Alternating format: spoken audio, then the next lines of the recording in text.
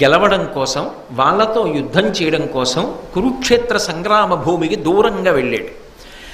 అదే సమయాన్ని అదునుగా తీసుకొని ద్రోణాచార్యుల వారు గొప్ప పద్మవ్యూహాన్ని రచించాడు. అసలు ఆ పద్మవ్యూహంలోకి ప్రవేశించడమే పాండవులకు చేత కాదు. అది తెలిసిన వాళ్ళు ఒక్క కృష్ణుడు, అర్జునుడు, వినా ఇతరులకు తెలియదు. అసలు ఒక సేనాధిపతి యొక్క గొప్పతనం ఎక్కడుంటుంది అంటే వ్యూహరచన చేయడంలో ఉంటుంది. సైన్యాన్ని అలా నిలబెట్టాలి. అలా నిలబడితే అసలు అందులోకి ప్రవేశించడం దుస్సాధ్యం అనుకోండి, తన సైన్యాన్ని తాను రక్షించుకుంటాడు, ఎదిరి సైన్యాన్ని నష్టపరుస్తాడు. ద్రోణాచార్యుల వారు అరివీర భయంకరుడు కాబట్టి అర్జునుడు లేడు ఇవాళ, ఆయన తెలుసుకున్నాడు, దూరంగా ఉన్నాడు. కాబట్టి వెంటనే పద్మవ్యూహాన్ని రచించాడు. పద్మవ్యూహంలోకి ధర్మరాజు కానీ, భీముడు కానీ, నకులుడు కానీ, సహదేవుడు కానీ ప్రవేశించలేరు, ఆయనకి తెలుసు. కాబట్టి పాండవుల వైపు విశేషమైనటువంటి నష్టం జరుగుతుంది, అనేక మంది పడిపోతారు. పైగా ధర్మరాజో, భీముడో, నకులుడో, సహదేవుడో పడితే ఎంత ప్రమాదం యుద్ధంలో. కాబట్టి అసలు పద్మవ్యూహంలోకి ప్రవేశించడం ఎలా, దీని గురించి ఆలోచించాడు ధర్మరాజు గారు. ఆయనకి జ్ఞాపకానికి వచ్చింది, సుభద్రార్జునుల యొక్క కుమారుడైనటువంటి అభిమన్యుడు పద్మవ్యూహంలోకి ప్రవేశించగలడు. అందుకని ఆ పిల్లవాడి దగ్గరికి వెళ్ళి అడిగాడు, పద్మవ్యూహాన్ని రచించాడు గురువు, నువ్వు ప్రవేశించగలవా అని అడిగాడు. ఆయన పరమానందపడిపోయి, కృష్ణ భగవానుడు ఆనందపడిపోయేటట్టు, మా తండ్రి సంతోషపడిపోయేటట్టు, గురువు ద్రోణాచార్యుల వారు మెచ్చుకునేటట్టు నేను ఇవాళ పద్మవ్యూహాన్ని భేదించి లోపలికి వెడతాను, వెళ్ళి శత్రు సైన్యాన్నంతటినీ కాకావికలు చేసేసి దుర్యోధనుడి మనసు కలవరపరుస్తాను, అంత శత్రు సైన్యాన్ని పడగొడతాను అని ఆయన ప్రతిజ్ఞ చేసి పరమ సంతోషంగా పద్మవ్యూహాన్ని భేదించి ద్రోణాచార్యుల వారు కూడా ఆశ్చర్యపోయాడు, ఏమిట్రా వీడి సంగ్రామశక్తి అని. ద్రోణాచార్యుల వారిని దాటి పద్మవ్యూహంలోకి వెళ్ళిపోయాడు. ఆ పద్మవ్యూహంలోకి వెళ్ళిపోతూ ఆయన ఏమనుకున్నాడంటే, వ్యూహాన్ని భేదించేశాను కాబట్టి వెనక పెదనాన్నగారు ధర్మరాజు గారు వస్తారు, భీమసేనుడు వస్తాడు, నకుల సహదేవులు వస్తారు, దృష్టజ్యుమ్నుడు వస్తాడు, ద్రుపద మహారాజు వస్తాడు, సైన్యం అంతా ఉంటుంది వెనకాతల. కాబట్టి వ్యూహాన్ని భేదించాను కాబట్టి నా వెనక వీళ్ళందరూ ఉంటారు కాబట్టి నేను క్షేమం అనుకున్నాడు అని లోపలికి వెళ్ళిపోయాడు. వీళ్ళు లోపలికి వెడదాం అనుకున్నారు, మొత్తం పాండవ సైన్యాన్ని ఆపేశాడు సైంధవుడు. శివుడి వరం ఉందిగా, అర్జునుడు వినా మిగిలిన నలుగురిని ఒకరోజు ఆపగలవు, శివుడి వరం ఉంది. ఇవాళ కలిసి వచ్చింది. ఆ నలుగురిని ఇవాళ ఆపితే అర్జునుడు దూరంగా ఉన్నాడు కాబట్టి పద్మవ్యూహంలోకి ప్రవేశించరు, లోపలికి వెళ్ళిన వాడు చచ్చిపోతాడు. అర్జునుణ్ణి తాను గెలవలేనన్న కోరిక అర్జునుడి కొడుకుని చంపడంలో తీరిపోతుంది. అర్జునుణ్ణి ఓడించినంత తృప్తి, ఏడుస్తాడుగా అర్జునుడు, అది చాలు. పైశాచికత్వం అన్న మాటకు అర్థం అలా ఉంటుంది, దానికి ఇంకా అర్థం ఏమి ఉండదు ఇంకా. కాబట్టి అర్జునుడి కొడుకు లోపలికి ఎడుతున్నాడు, ఇక పైకి రాడు. ఎందుకనంటే వెనకెవ్వరు లేరు, ఖచ్చితంగా చచ్చిపోతాడు. కొడుకు చచ్చిపోయాక ఏడవకుండా ఉంటాడు అర్జునుడు. అక్కడ భీముడుండి, ధర్మరాజుండి, నకులుడుండి, సహదేవుడుండి, దృష్టజ్యుమ్నుడుండి, సాత్యకి ఉండి, ఇంతమంది ఉండి పద్మవ్యూహంలోకి వెళ్లకుండా అర్జునుడి కొడుకుని లోపలికి పంపించి చంపేస్తే అర్జునుడు ఎంత ఖేద పొంది ధర్మరాజుని నిలదీస్తాడు. అది అన్నదమ్ముల మధ్య అభిప్రాయ భేదాలకి కారణమవుతుందా అవదా? ఈ ఒక్క రోజు నేను అటకాయించడం తరువాతి కాలంలో పాండవులు వాళ్ళల్లో వాళ్ళు దెబ్బలాడుకోవడానికి కూడా కారణం కావచ్చు. కాబట్టి నా కక్ష తీరడానికి ఇది చాలా గొప్ప సమయం అనుకున్నాడు. అనుకుని ఆ రోజు సైంధవ విజృంభణం యొక్క గొప్పతనం ఏమిటంటే, ఈశ్వర వరం. ఆయనకి ఎంత శక్తి వచ్చేసిందంటే ఒక పెద్ద గోడ కట్టినట్టుగా అసలు పాండవ సైన్యంలో ఎవ్వడిని పద్మవ్యూహంలోకి ప్రవేశించకుండా ఆపేశాడు. ఈ వ్యూహంలో ఉన్న సైన్యం వచ్చి పాండవ సైన్యం మీద పడిపోయింది. ఆ రోజు ఎంత ప్రకాశించేశాడంటే ఆ సైంధవుడు, సింధుదేశోద్భవ స్థిరవాహనంబుల బూరిన అరదంబు పొలుపు మిగుల రత్నమయోగ్ర వరాహ ధ్వజంబు నభస్థలి చెంచల ప్రభల మెరయ సాంద్ర చంద్రాతపసదృశమై ఉజ్వల ఛత్ర చామరముల ఛాయనిగుడ వజ్రముక్తాఫల వజ్ర కిరణావళి కలిత భూషణములు వెలుగుచుండ చిత్తమున వర గర్వంబు చిగురులొత్త పాండుపుత్రుల దుర్దాంత బాహుబలము మొనల పెళ్ళును సరుకుగా కొనగా ఏచి యార్చి వారికి నీ అల్లుడడ్డుపడియే. నీ అల్లుడడ్డుపడియే అన్నమాట ధృతరాష్ట్రుడికి అన్వయం. అంటే సంజయుడు కురుక్షేత్ర యుద్ధాన్ని వర్ణిస్తున్నాడు. నీ అల్లుడంటే సైంధవుడు, దుస్సల యొక్క భర్త. ఆ రోజు ఎంత వీరవిహారం చేశాడంటే సైంధవుడు, ఆయన చేస్తున్నటువంటి యుద్ధం వల్ల అసలు ఆ సింధు దేశోద్భవ స్థిరవాహనంబుల పూనిన అరదంబు పొలుపు మిగుల, అసలు ఏమిట్రా ఎక్కిన రథం అన్నట్టుగా చిచ్చరపిడుగై శత్రు సైన్యంలో తిరిగాడు. కనీసం రథాన్ని కాని, రథ సారథిని కాని, రథ పతాకాన్ని కాని, రథ చక్రాల్ని కాని, రథము యొక్క భాగములను కాని ఎవ్వరూ కొట్టలేకపోయారు. అంత గొప్పగా తిరిగాడు. శివానుగ్రహం. అలాగే రత్నమయమైనటువంటి ఆయన యొక్క పతాకం మీద ఉగ్రంగా ఉన్నటువంటి ఒక పంది గుర్తు ఉంటుంది. ఆ గుర్తు ఆకాశంలో వెలిగిపోతుండగా చంద్రుడి యొక్క కాంతి ఎలా ఉంటుందో, ఆయన వెన్నెల ఎలా ఉంటుందో అటువంటి వెన్నెల యొక్క ప్రభలతో సమానంగా ఛత్ర చామరములు, అంటే ఆయన మీద ఉండేటటువంటి గొడుగు మొదలైనటువంటివి ప్రకాశిస్తూ ఉండగా, అంటే కనీసం ఆ గొడుగుని కూడా పడగొట్టలేకపోయారు ఎవరు. ఛత్రచామరములు ప్రకాశిస్తూ ఉండగా వజ్రములు ముత్యములతో చేయబడినటువంటి ఆభరణముల కాంతులు శరీరం మీద ప్రకాశిస్తూ ఉండగా, అంటే ఏమిటి దాని ఉద్దేశ్యం? ఒక హారం తెగి పడలేదు, కవచమును భేదించలేదు ఎవరు. అలా ప్రకాశిస్తూ ఉండగా చిత్తమున వరగర్వంబు చిగురులొత్త, పరమశివుడిచ్చినటువంటి వరము యొక్క గర్వం మనసులో ప్రకాశిస్తూ ఉండగా, ఈ పని నేను చెయ్యడం వల్ల వస్తున్న ప్రయోజనం ఏమిటి అంటే కక్ష తీరుతోంది. ఇంతకన్నా మనిషి ఎంత పాతాళానికి పడిపోయాడు అనడానికి ఉదాహరణ ఇంకోటి ఏమైనా ఉంటుందా? ఒక్కొక్కసారి నేను చాలా బాగా చేశాను అనుకుని పరమ క్రూరమైనటువంటి పని ఒకటి చేశారనుకోండి, దాని వలన అవతలవాడు ఎంత పాడయ్యాడు అన్నది నాకు తెలియదు, కానీ అంత క్రూరకర్మ చెయ్యడం ద్వారా మీరెంత కింద పడిపోయారు అన్నది మాత్రం అర్థమవుతుంది. కాబట్టి మనిషి తనని తాను నిరంతరం పరిశీలించుకుంటూ ఉండాలి. అందుకే ఇంతవరంతో ఏం చేశాడు అంటే, పాండవులు నలుగురిని గెలిచి ఎట్టి పరిస్థితుల్లో పద్మవ్యూహంలోకి ఎవ్వరూ వెళ్లకుండా విజృంభించి గర్జించి పాండవ సైన్యాన్నంతటినీ కూడా ఆపేశాడు. లోపలికి వెళ్ళిపోయాడు అభిమన్యుడు. చిత్సరపిడుగై విజృంభించాడు. పీనుగ పెంటల కింద కొట్టేశాడు శత్రు సైన్యాన్ని. ఇంత యుద్ధం చేస్తుంటే దుర్యోధనుడు హడిలిపోయాడు.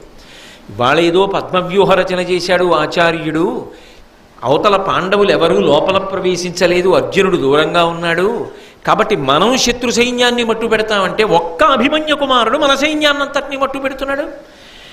ఎక్కడొచ్చింది ఈ దోషం? నువ్వు గురువు కదా, నీకు తెలియని అస్త్ర విద్య లేదు కదా, ఎందుకు నిగ్రహించలేకపోతున్నావు అభిమన్యుణ్ణి? ఇంత గొప్పగా యుద్ధం ఎలా చేయగలుగుతున్నాడు ఒక పిల్లవాడు అని అడిగాడు. అడిగితే ఆయన అన్నాడు, కవచధారణ అని ఒక ప్రత్యేకమైన విద్య ఉంది ధనుర్వేదంలో. ఆ కవచధారణ విద్య తెలిసిన్నవాణ్ణి నేనే అర్జునుడికి ఉపదేశం చేశాను. ఆ విద్య బహుశः అర్జునుడు అభిమన్యుడికి ఉపదేశం చేసి ఉంటాడు. ఆయన ఆ మంత్రములను సంపుటీకరణం చేసి యుద్ధానికి వచ్చాడు. ఆ కవచధారణ అన్న విద్యని ధరించి ఉండగా ఆ వ్యక్తిని ఓడించడం ఎవరికీ సాధ్యం కాదు.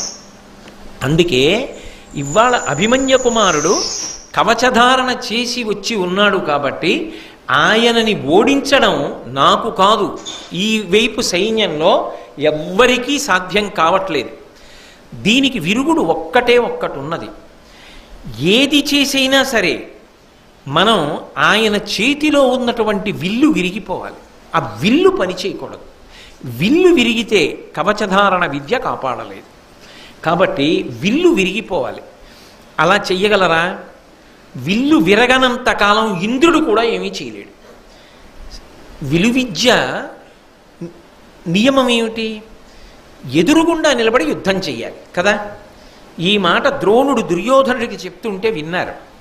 విని ఇక వేరొక మార్గం లేదు, అభిమన్యుడు ఇవాళ మట్టు పెట్టేసేటట్టు ఉన్నాడు సైన్యాన్ని అని, ఏది ఏమైపోని, ధర్మం ఏమైపోని, ఈ పిల్లవాడిని మట్టు పెట్టేయవలసింది అనుకుని కర్ణుడు అభిమన్యుడితో యుద్ధం చేయలేక ఓడిపోయినవాడు మెల్లగా దూరంగా పారిపోతున్నట్టుగా నటించి వెనక్కి చేరాడు.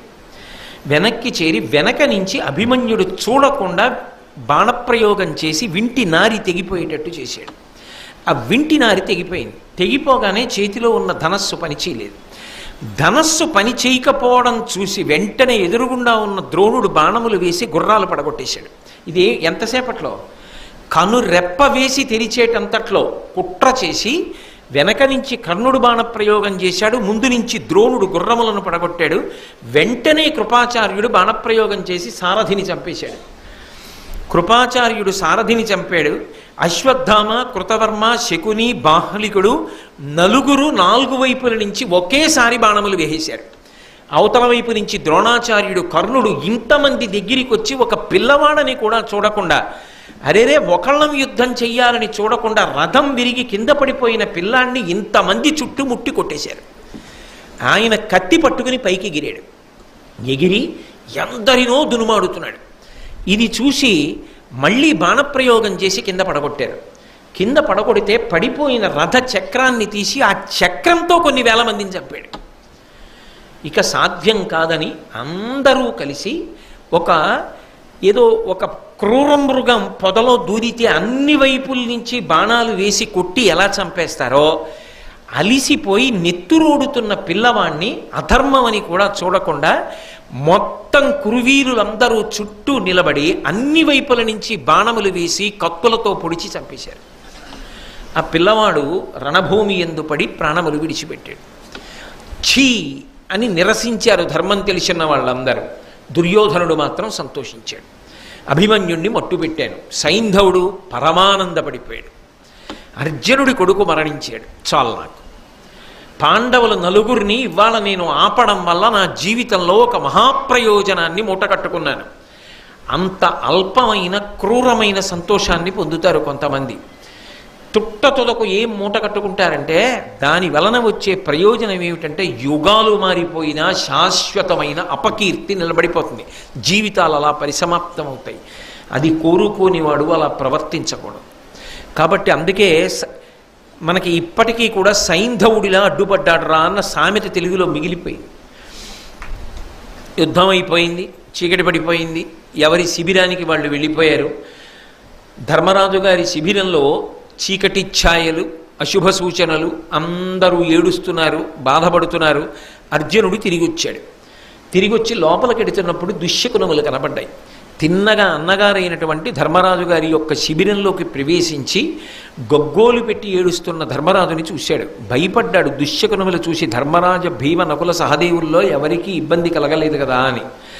అభిమన్యుడు నేను శిబిరంలోకి వస్తున్నప్పుడు ఎదురొచ్చి నాన్నగారు అని కౌగిలించుకునేవాడే, ఇవాళ నా కొడుకు ఎందుకు ఎదురు రాలేదు అని అపశకునం గోచరించింది. వెళ్ళి ధర్మరాజుని అడిగాడు. నా కుమారుడేడి అని అడిగాడు. నీ కుమారుడు మరణించాడు అని ధర్మరాజు చెప్పాడు. ఎందుకు మరణించాడు అని అడిగాడు. ఇగో ఇలా అధర్మ యుద్ధం చేశారు, పద్మవ్యూహాన్ని భేదించడం మాకెవరికి రాదు, తెలిసున్న నువ్వు కృష్ణుడు దూరంగా ఉన్నారు, అభిమన్యుడికి తెలిసేమోనని అడిగాను. అభిమన్యుడు నాకు తెలిసని వీరోచితమైన ప్రతిజ్ఞ చేసి ప్రవేశించాడు. నిజానికి పద్మవ్యూహంలో ప్రవేశించినటువంటి అభిమన్యుడు మరణించవలసిన అవసరం లేదు. వెనక మేము వెళ్ళగలిగి ఉంటే మేము వెళ్ళేవాళ్ళం, వ్యూహాన్ని భేదించాడు కాబట్టి. కానీ ఒకనాడు ద్రౌపదీదేవి జోలికొచ్చాడని మన చేత పరాభవం పొందినటువంటి సైంధవుడు పరమశివుడి గురించి తపస్సు చేసి ఒకరోజు మాత్రం 4 పాండవులు ప్రవేశించకుండా పొందినటువంటి వరాన్ని, ఓడించగల వరాన్ని ఉపయోగించుకొని మమ్మల్ని పద్మవ్యూహంలోకి ప్రవేశించకుండా అడ్డుపెట్టాడు. ఈ కవచధారణం అనేటటువంటి విద్య అభిమన్యునికి ఉంది అని తెలుసుకున్నటువంటి ద్రోణాచార్యుల వారి యొక్క ఉపదేశం మేరకు కర్ణుడు వెనక నుంచి బాణప్రయోగం చేసి వింటినారిని తెగకొట్టి అందరూ కలిసి అభిమన్యుణ్ణి మట్టుపెట్టారు. ఇది జరిగిన కథ. సైంధవుడు అడ్డుపడకపోయి ఉంటే ఎట్టి పరిస్థితులలో మేము అభిమన్య కుమారుణ్ణి రక్షించుకునేవాళ్ళం. నీ కుమారుడు మరణించడానికి ప్రధాన కారణం ఎవరు అని నువ్వు అడిగావు. నీ కుమారుడు మరణించడానికి ప్రధానమైనటువంటి కారణము సైంధవుడే అని ధర్మరాజు గారు చెప్పారు. చెప్పగానే ఆ ఆక్రోశంలో, ఆ ఆవేశంలో, ఆ కోపంలో తమాయించుకోలేకపోయాడు అర్జునుడు. తమాయించుకోలేక వెంటనే ప్రతిజ్ఞ చేశాడు. వినుడి నాదు ప్రతిజ్ఞ నీవు నిఖిలోర్వీనాథులున్ సింధురాజు నవశ్యంబున నిల్లి సంపొదు భయస్థుండై నినించొచ్చినన్ వనజాక్షున్ శరణంబు వేడినను గర్వంబేది నన్నుం తగం గనినన్ పోరు తొరంగి పోయిన నిరుగం కాని సత్యవ్రత. ధర్మరాజా విను, మిగిలినటువంటి అందరి రాజులు వినండి, నేను ప్రతిజ్ఞ చేస్తున్నాను. 4 కారణముల వలన మాత్రమే సైంధవుణ్ణి చంపను. ఈ 4టిలో ఏదో ఒక కారణాన్ని సైంధవుడు ఎంచుకోలేకపోతే చంపేస్తాను.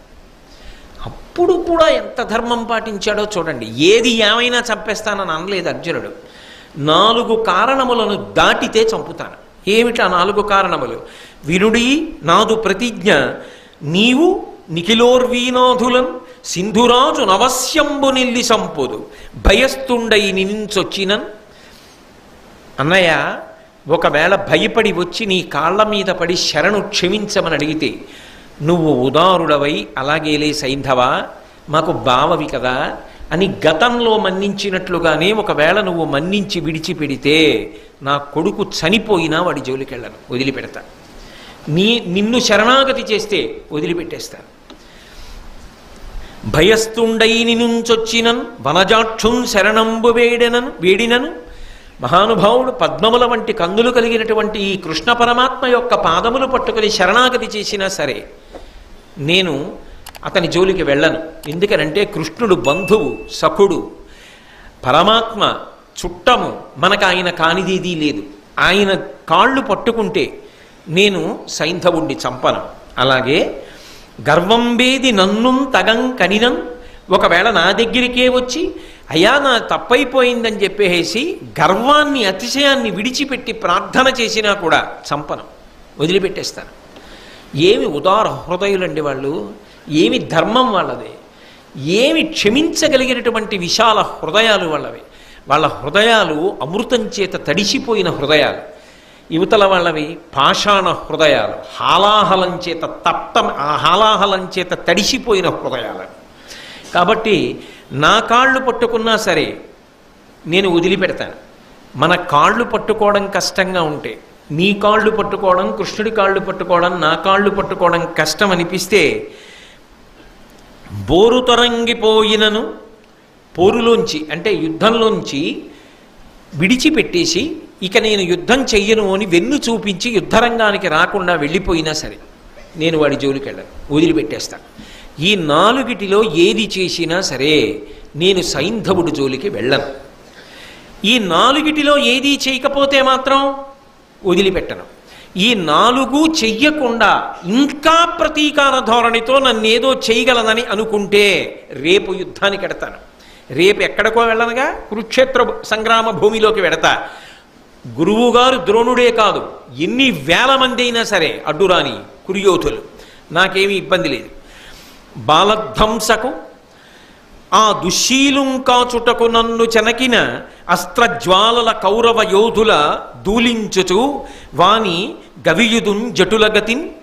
ఒకవేళ ఆ బాలధ్వంసకుడైనటువంటి ఆ దుశ్శీలుణ్ణి రక్షించడం కోసం కౌరవ యోధులు ఎన్ని వేల మంది అయినా సరే అడ్డుపడని నేను మాత్రం ఉపేక్షించను. వాళ్ళ అండ చూసుకుని బ్రతికిపోతానని అనుకున్నాడా, విడిచిపెట్టే సమస్యే లేదు. నా అస్త్రముల యొక్క జ్వాలలలో వాళ్ళందరినీ కూడా భస్మంగా చేసి చిట్ట చివర సైంధవుణ్ణి చంపేస్తాను. దానికి చాలా రోజులు తీసుకుంటాననుకుంటున్నారేమో, అలా యుద్ధం చేసి చేసి చేసి చేసి సైంధవుణ్ణి చంపుతాననుకుంటున్నారేమో. అలా ఉండదు, రేపు సూర్యాస్తమయం లోపల చంపేస్తాను. అంతేకాదు, నేను నా మాట నిలబెట్టుకోలేకపోతే, అలా నేను కానీ యుద్ధంలో సైంధవుణ్ణి చంపకపోతే ఇట్లు చేయనైతినేని గురుద్రోహగతికి ఒట్లు పెట్టడం మొదలుపెట్టాడు. నేను అలా చేయకపోతే రేపటి సూర్యాస్తమయంలోగా నేను కానీ సైంధవుణ్ణి మట్టు పెట్టలేకపోతే నాకు ఎన్ని పాపములు సంక్రమిస్తాయో తెలుసా? ఇక్కడితో పోకూడదు, నాకు ఊర్ధగతులు కూడా చెందకుండుగాక, నేను మహాపాతకములను చేసిన వాడనగుదునుగాక. ఎటువంటి పాతకములు అంటే గురుద్రోహి గతికి, గురువులకు ద్రోహం చేసినటువంటి వాడు ఎంత భయంకరమైన పాపాన్ని పొందుతాడో అటువంటి మహాపాతకాన్ని నేను పొందదనుగాక. రేపటి లోపల సైంధవుణ్ణి చంపకపోతే ఇన్ని పాతకములు అర్జునుడికి చుట్టుకుంటాయి. ఇక్కడతో పోదది. తర్వాత కట్టి కుడిపేస్తుంది, సమస్త తేజస్సుని హరించేస్తుంది. ఆయన జీవితంలో చేయలేదు ఎటువంటి అధర్మం. అయినా సైంధవుణ్ణి చంపకపోతే నాకు ఈ పాతకములు చుట్టుకునుగాక ప్రతిజ్ఞ చేసేస్తున్నాడంతే. అది అతిశయమా, ధైర్యమా, కోపమా, విచ్చలవిడితనమా, ఔచిత్యాన్ని మరిచిపోయాడా తెలియదు. కానీ ప్రతిజ్ఞ చేస్తున్నాడు. గురుద్రోహి గతికి, బ్రహ్మఘాతి గతికి, బ్రహ్మహత్య చేసినటువంటి వాడు ప్రయత్నపూర్వకంగా ఎవడుంటాడో అటువంటి వాడికి పట్టినటువంటి మహాపాతకము నాకు చెందుగాక. మద్యపానరతుని గతికి, ఇవన్నీ పంచమహాపాతకాల్లో పాతకాలు ఇవన్నీ. బ్రహ్మ హే మహారీచ సురాపో గురుతల్పక అని చెప్పి 4 పంచమహాపాతకాలు. బ్రహ్మహత్య చేసినవాడు, హే మహారీచ బంగారం దొంగిలించినవాడు, సురాపో కళ్ళు తాగడం, గురుతల్పక గురువుగారు లేని సమయం చూసి గురుపత్ని పడుకుని ఉండగా మంచం మీద పడుకోవడం, అంతకన్నా నోటితో కూడా నేను ఉచ్చరించను, గురుద్రోహం చేయడం. ఇటువంటివి చేసిన వాడు ఎవరుంటాడో అవి చేసిన వాడని తెలిసి కూడా అటువంటి వాడిని నా మిత్రుని చెప్పడం 5వ పాతకం. కాబట్టి తత్సంసర్గీచ పంచమః, అటువంటి వాడు నా స్నేహితుడు అని చెప్పుకున్నా కూడా అలా చెప్పుకున్నవాడు 5వ పాతకాన్ని చేసినవాడు అవుతాడు. ఇవి 5 పంచమహాపాతకములు అని శాస్త్రం చెప్తోంది, కోటేశ్వరరావు చెప్పట్లేదు. కోటేశ్వరరావు చెప్పారు అనకండి, నేను శాస్త్రం చెప్పడానికి వచ్చాను, అదే చెప్పగలను అంతే. ఇంకోటి నేను ఎందుకు చెప్తాను, ఎలా చెప్తాను, ఎక్కడ ఏ ధర్మం పాటించాలో ఆ ధర్మం పాటించాలంతే. కాబట్టి ఇప్పుడు 4 మహాపాతకములో 3 మహాపాతకములు తనకి చుట్టుకుంటాయని చెప్తున్నాడు. బంగారం దొంగిలించడం ఒకటే వదిలిపెట్టాడు. ఆయనకి ఏం అవసరం ఉంటుంది, నేను హే మహారీచ అది వదిలిపెట్టి. కాబట్టి గురుద్రోహికి ఉండేటటువంటి పాతక ఫలం, బ్రహ్మహత్య చేసినటువంటి వాడికి ఉండేటటువంటి మహాపాతక ఫలం, మద్యపానం చేసిన వాడికి ఉండేటటువంటి మహాపాతక ఫలం, అలాగే హే మహారీచ బంగారానికి బదులుగా ఇంకొక మహాపాపాన్ని తీసుకొచ్చాడు అర్జునుడు మహాభారతంలో. అంటే వ్యాసుల వారు ఇది కూడా మహాపాతకమే, ఇది ఈ జన్మలో చేసినది కదా ఇక్కడతో వదిలిపెడుతుందని నువ్వు అనుకుంటున్నావేమో, కొన్ని కోట్ల జన్మలు వెంటపడి కాల్చేస్తుంది నిన్ను. అంతటి మహాపాతకంగా ఇంకొక దాన్ని తీసుకొస్తున్నారు. 3 రుణములు చెప్తే వ్యాసుడు భారతంలో 4వ రుణం చెప్పాడు. ఏది అంటే సమాజానికి మనిషి రుణబడి ఉన్నాడు అని. అలాగే ఒక కొత్త పాతకాన్ని వ్యాసుడు అర్జునుడి ద్వారా ప్రతిపాదన చేయిస్తున్నాడు. అర్జునుడి యొక్క ప్రతిజ్ఞలో వచ్చింది ఆ మాట. ఆయన అన్నాడు, మానార్హ జన పరివాదిగతికి, ఎంతోమంది చేత గౌరవం అందుకున్నవాడు, ఇప్పటికీ ఎంతోమంది గౌరవానికి పాత్రమయ్యేటట్టే జీవితం చేస్తున్నవాడు ఎవడుంటాడో అటువంటి వాని యందు లేని దోషాన్ని కల్పించి ఆరోపించి అప్రతిష్టపాలు చెయ్యడానికి అపనిందలు పలికినవాడు ఎవరుంటాడో, ఎవడు హేయంగా మాట్లాడతాడో అటువంటి వాడు ఎటువంటి భ్రష్టగతులకు వెళ్ళిపోతాడో నేను కూడా గతులకు వెళ్ళేదనుగాక. అంటే ఇవి అర్జునుడు చేసిన ప్రతిజ్ఞలైతే ఇటువంటి వాటి జోలికి మనం వెళ్ళకూడదు అని ఎంత దూరంగా ఉండాలో, అటువంటి వాటి జోలికి వెళ్ళడం తేలికగా కనపడినా కోట్ల జన్మలు ఎలా కట్టి కుడిపేస్తాయో భారతం ప్రబోధం చేస్తోంది. కాబట్టి ఇటువంటి మహాపాతకములు నన్ను చుట్టుకొనుగాక. ఎందుకు అంటే రేపు సూర్యాస్తమయం లోపల నేను సైంధవుణ్ణి చంపలేకపోతే అని. అనిమిషదైత్యకిం పురుషలాదిగనెవ్వరు వచ్చి కాచినన్ దునుముదునెల్లి సైంధవుని తోయిజమిత్రుడు కృంగకుండ మున్నవ నరవరేణ్య ఇత్తెరుగు నా కొనరింపగరాకయున్న నేననలము సొచ్చువాడ నృపులందరూ చూడగ గండివంబుతో. పరమ భయంకరమైన ప్రతిజ్ఞ చేశాడు. రేపు సూర్యాస్తమయం వేల్టికి నేను కాని సైంధవుణ్ణి సంహరించకపోతే, సూర్యాస్తమయం అయిపోయింది, సైంధవుడు బ్రతికున్నాడు, నేను పైన చెప్పిన 4 చెయ్యలేదు, నాకు ఎదురు నిలబడి బతికాడు అంటే సూర్యాస్తమయం అయిపోగానే అగ్నిని రగల్చి గాంధీవాన్ని చేత్తో పట్టుకుని అగ్నిలో ప్రవేశించి శరీరాన్ని వదిలిపెట్టేస్తాను. గాంధీవాన్ని ఎందుకు, గాంధీవం పట్టుకుని అగ్నిలోకి ఎందుకు? అంటే ఖాండవవాన దహనం చేసినప్పుడు ఆ అగ్నిహోత్రుడు ఇచ్చాడు గాంధీవాన్ని. అది తాను తేజోంశ సంభవుడు కాబట్టి ఇచ్చాడు. ఆ గాంధీవం మళ్ళీ అగ్నిహోత్రుడికి ఇచ్చి వెళ్ళిపోతాను. కాబట్టి నేను ఇక ఉండను. ఇటువంటి ఘోరమైనటువంటి ప్రతిజ్ఞ చేసేశాడు. ఇది ఇహమునందు ప్రమాదం, పరమునందు ప్రమాదం. ఇంత భయంకరమైనటువంటి ప్రతిజ్ఞ చేసేశాడు. ఇప్పుడు మీరు ఒకటి ఆలోచించండి. ఈ ప్రతిజ్ఞ చేశాడు కదా, ఈ ప్రతిజ్ఞలో అర్జునుడికి సౌలభ్యమా, కౌరవులకి సౌలభ్యమా?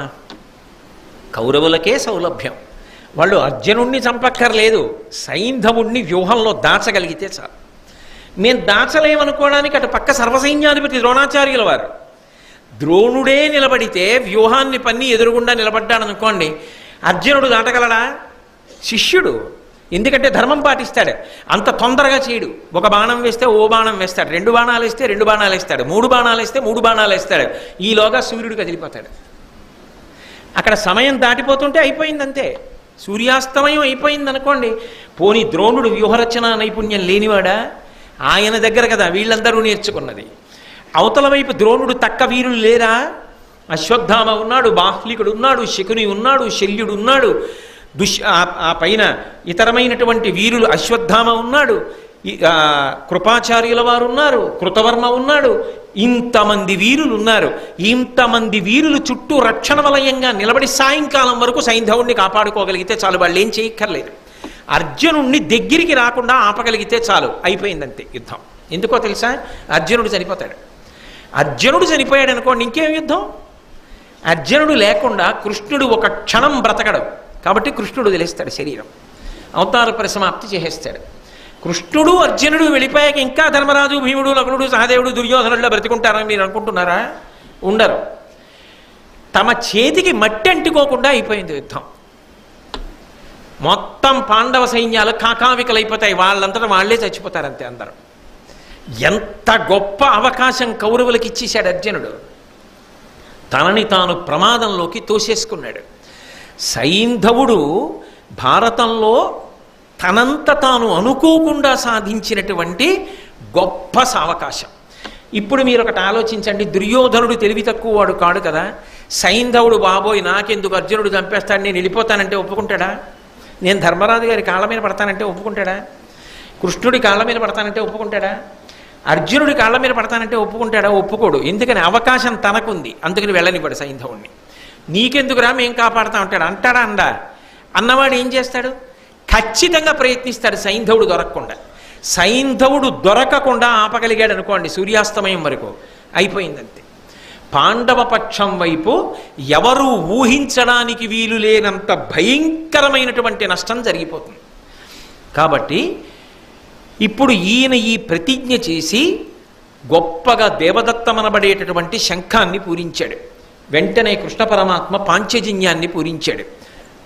అర్జునుడు గాంధీవానికి వింటినారి తగిలించి ఆ వింటినారిని ఒక్కసారి లాగి వదిలిపెట్టాడు. అందులోంచి ధ్వని ప్రకంపనలు వచ్చాయి.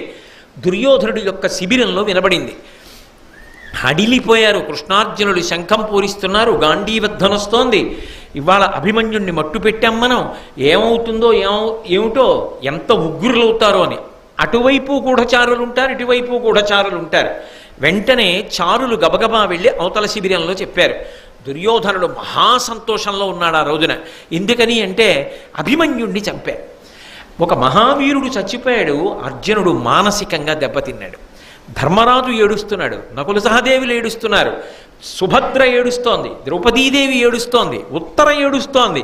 ఇంతమంది శోకానికి కారణం కాగలిగారు. అధర్మమో ఏమో, పిల్లవాణ్ణి మట్టుబెట్టి చంపేశామా లేదా? మంచి సంతోషంలో ఉన్నారు అందరూ. చుట్టూ రాజులందరూ కూర్చుని ఉన్నారు. చారుల వలన తెలిసింది అర్జునుడు ఇటువంటి ప్రతిజ్ఞ చేశాడు అని.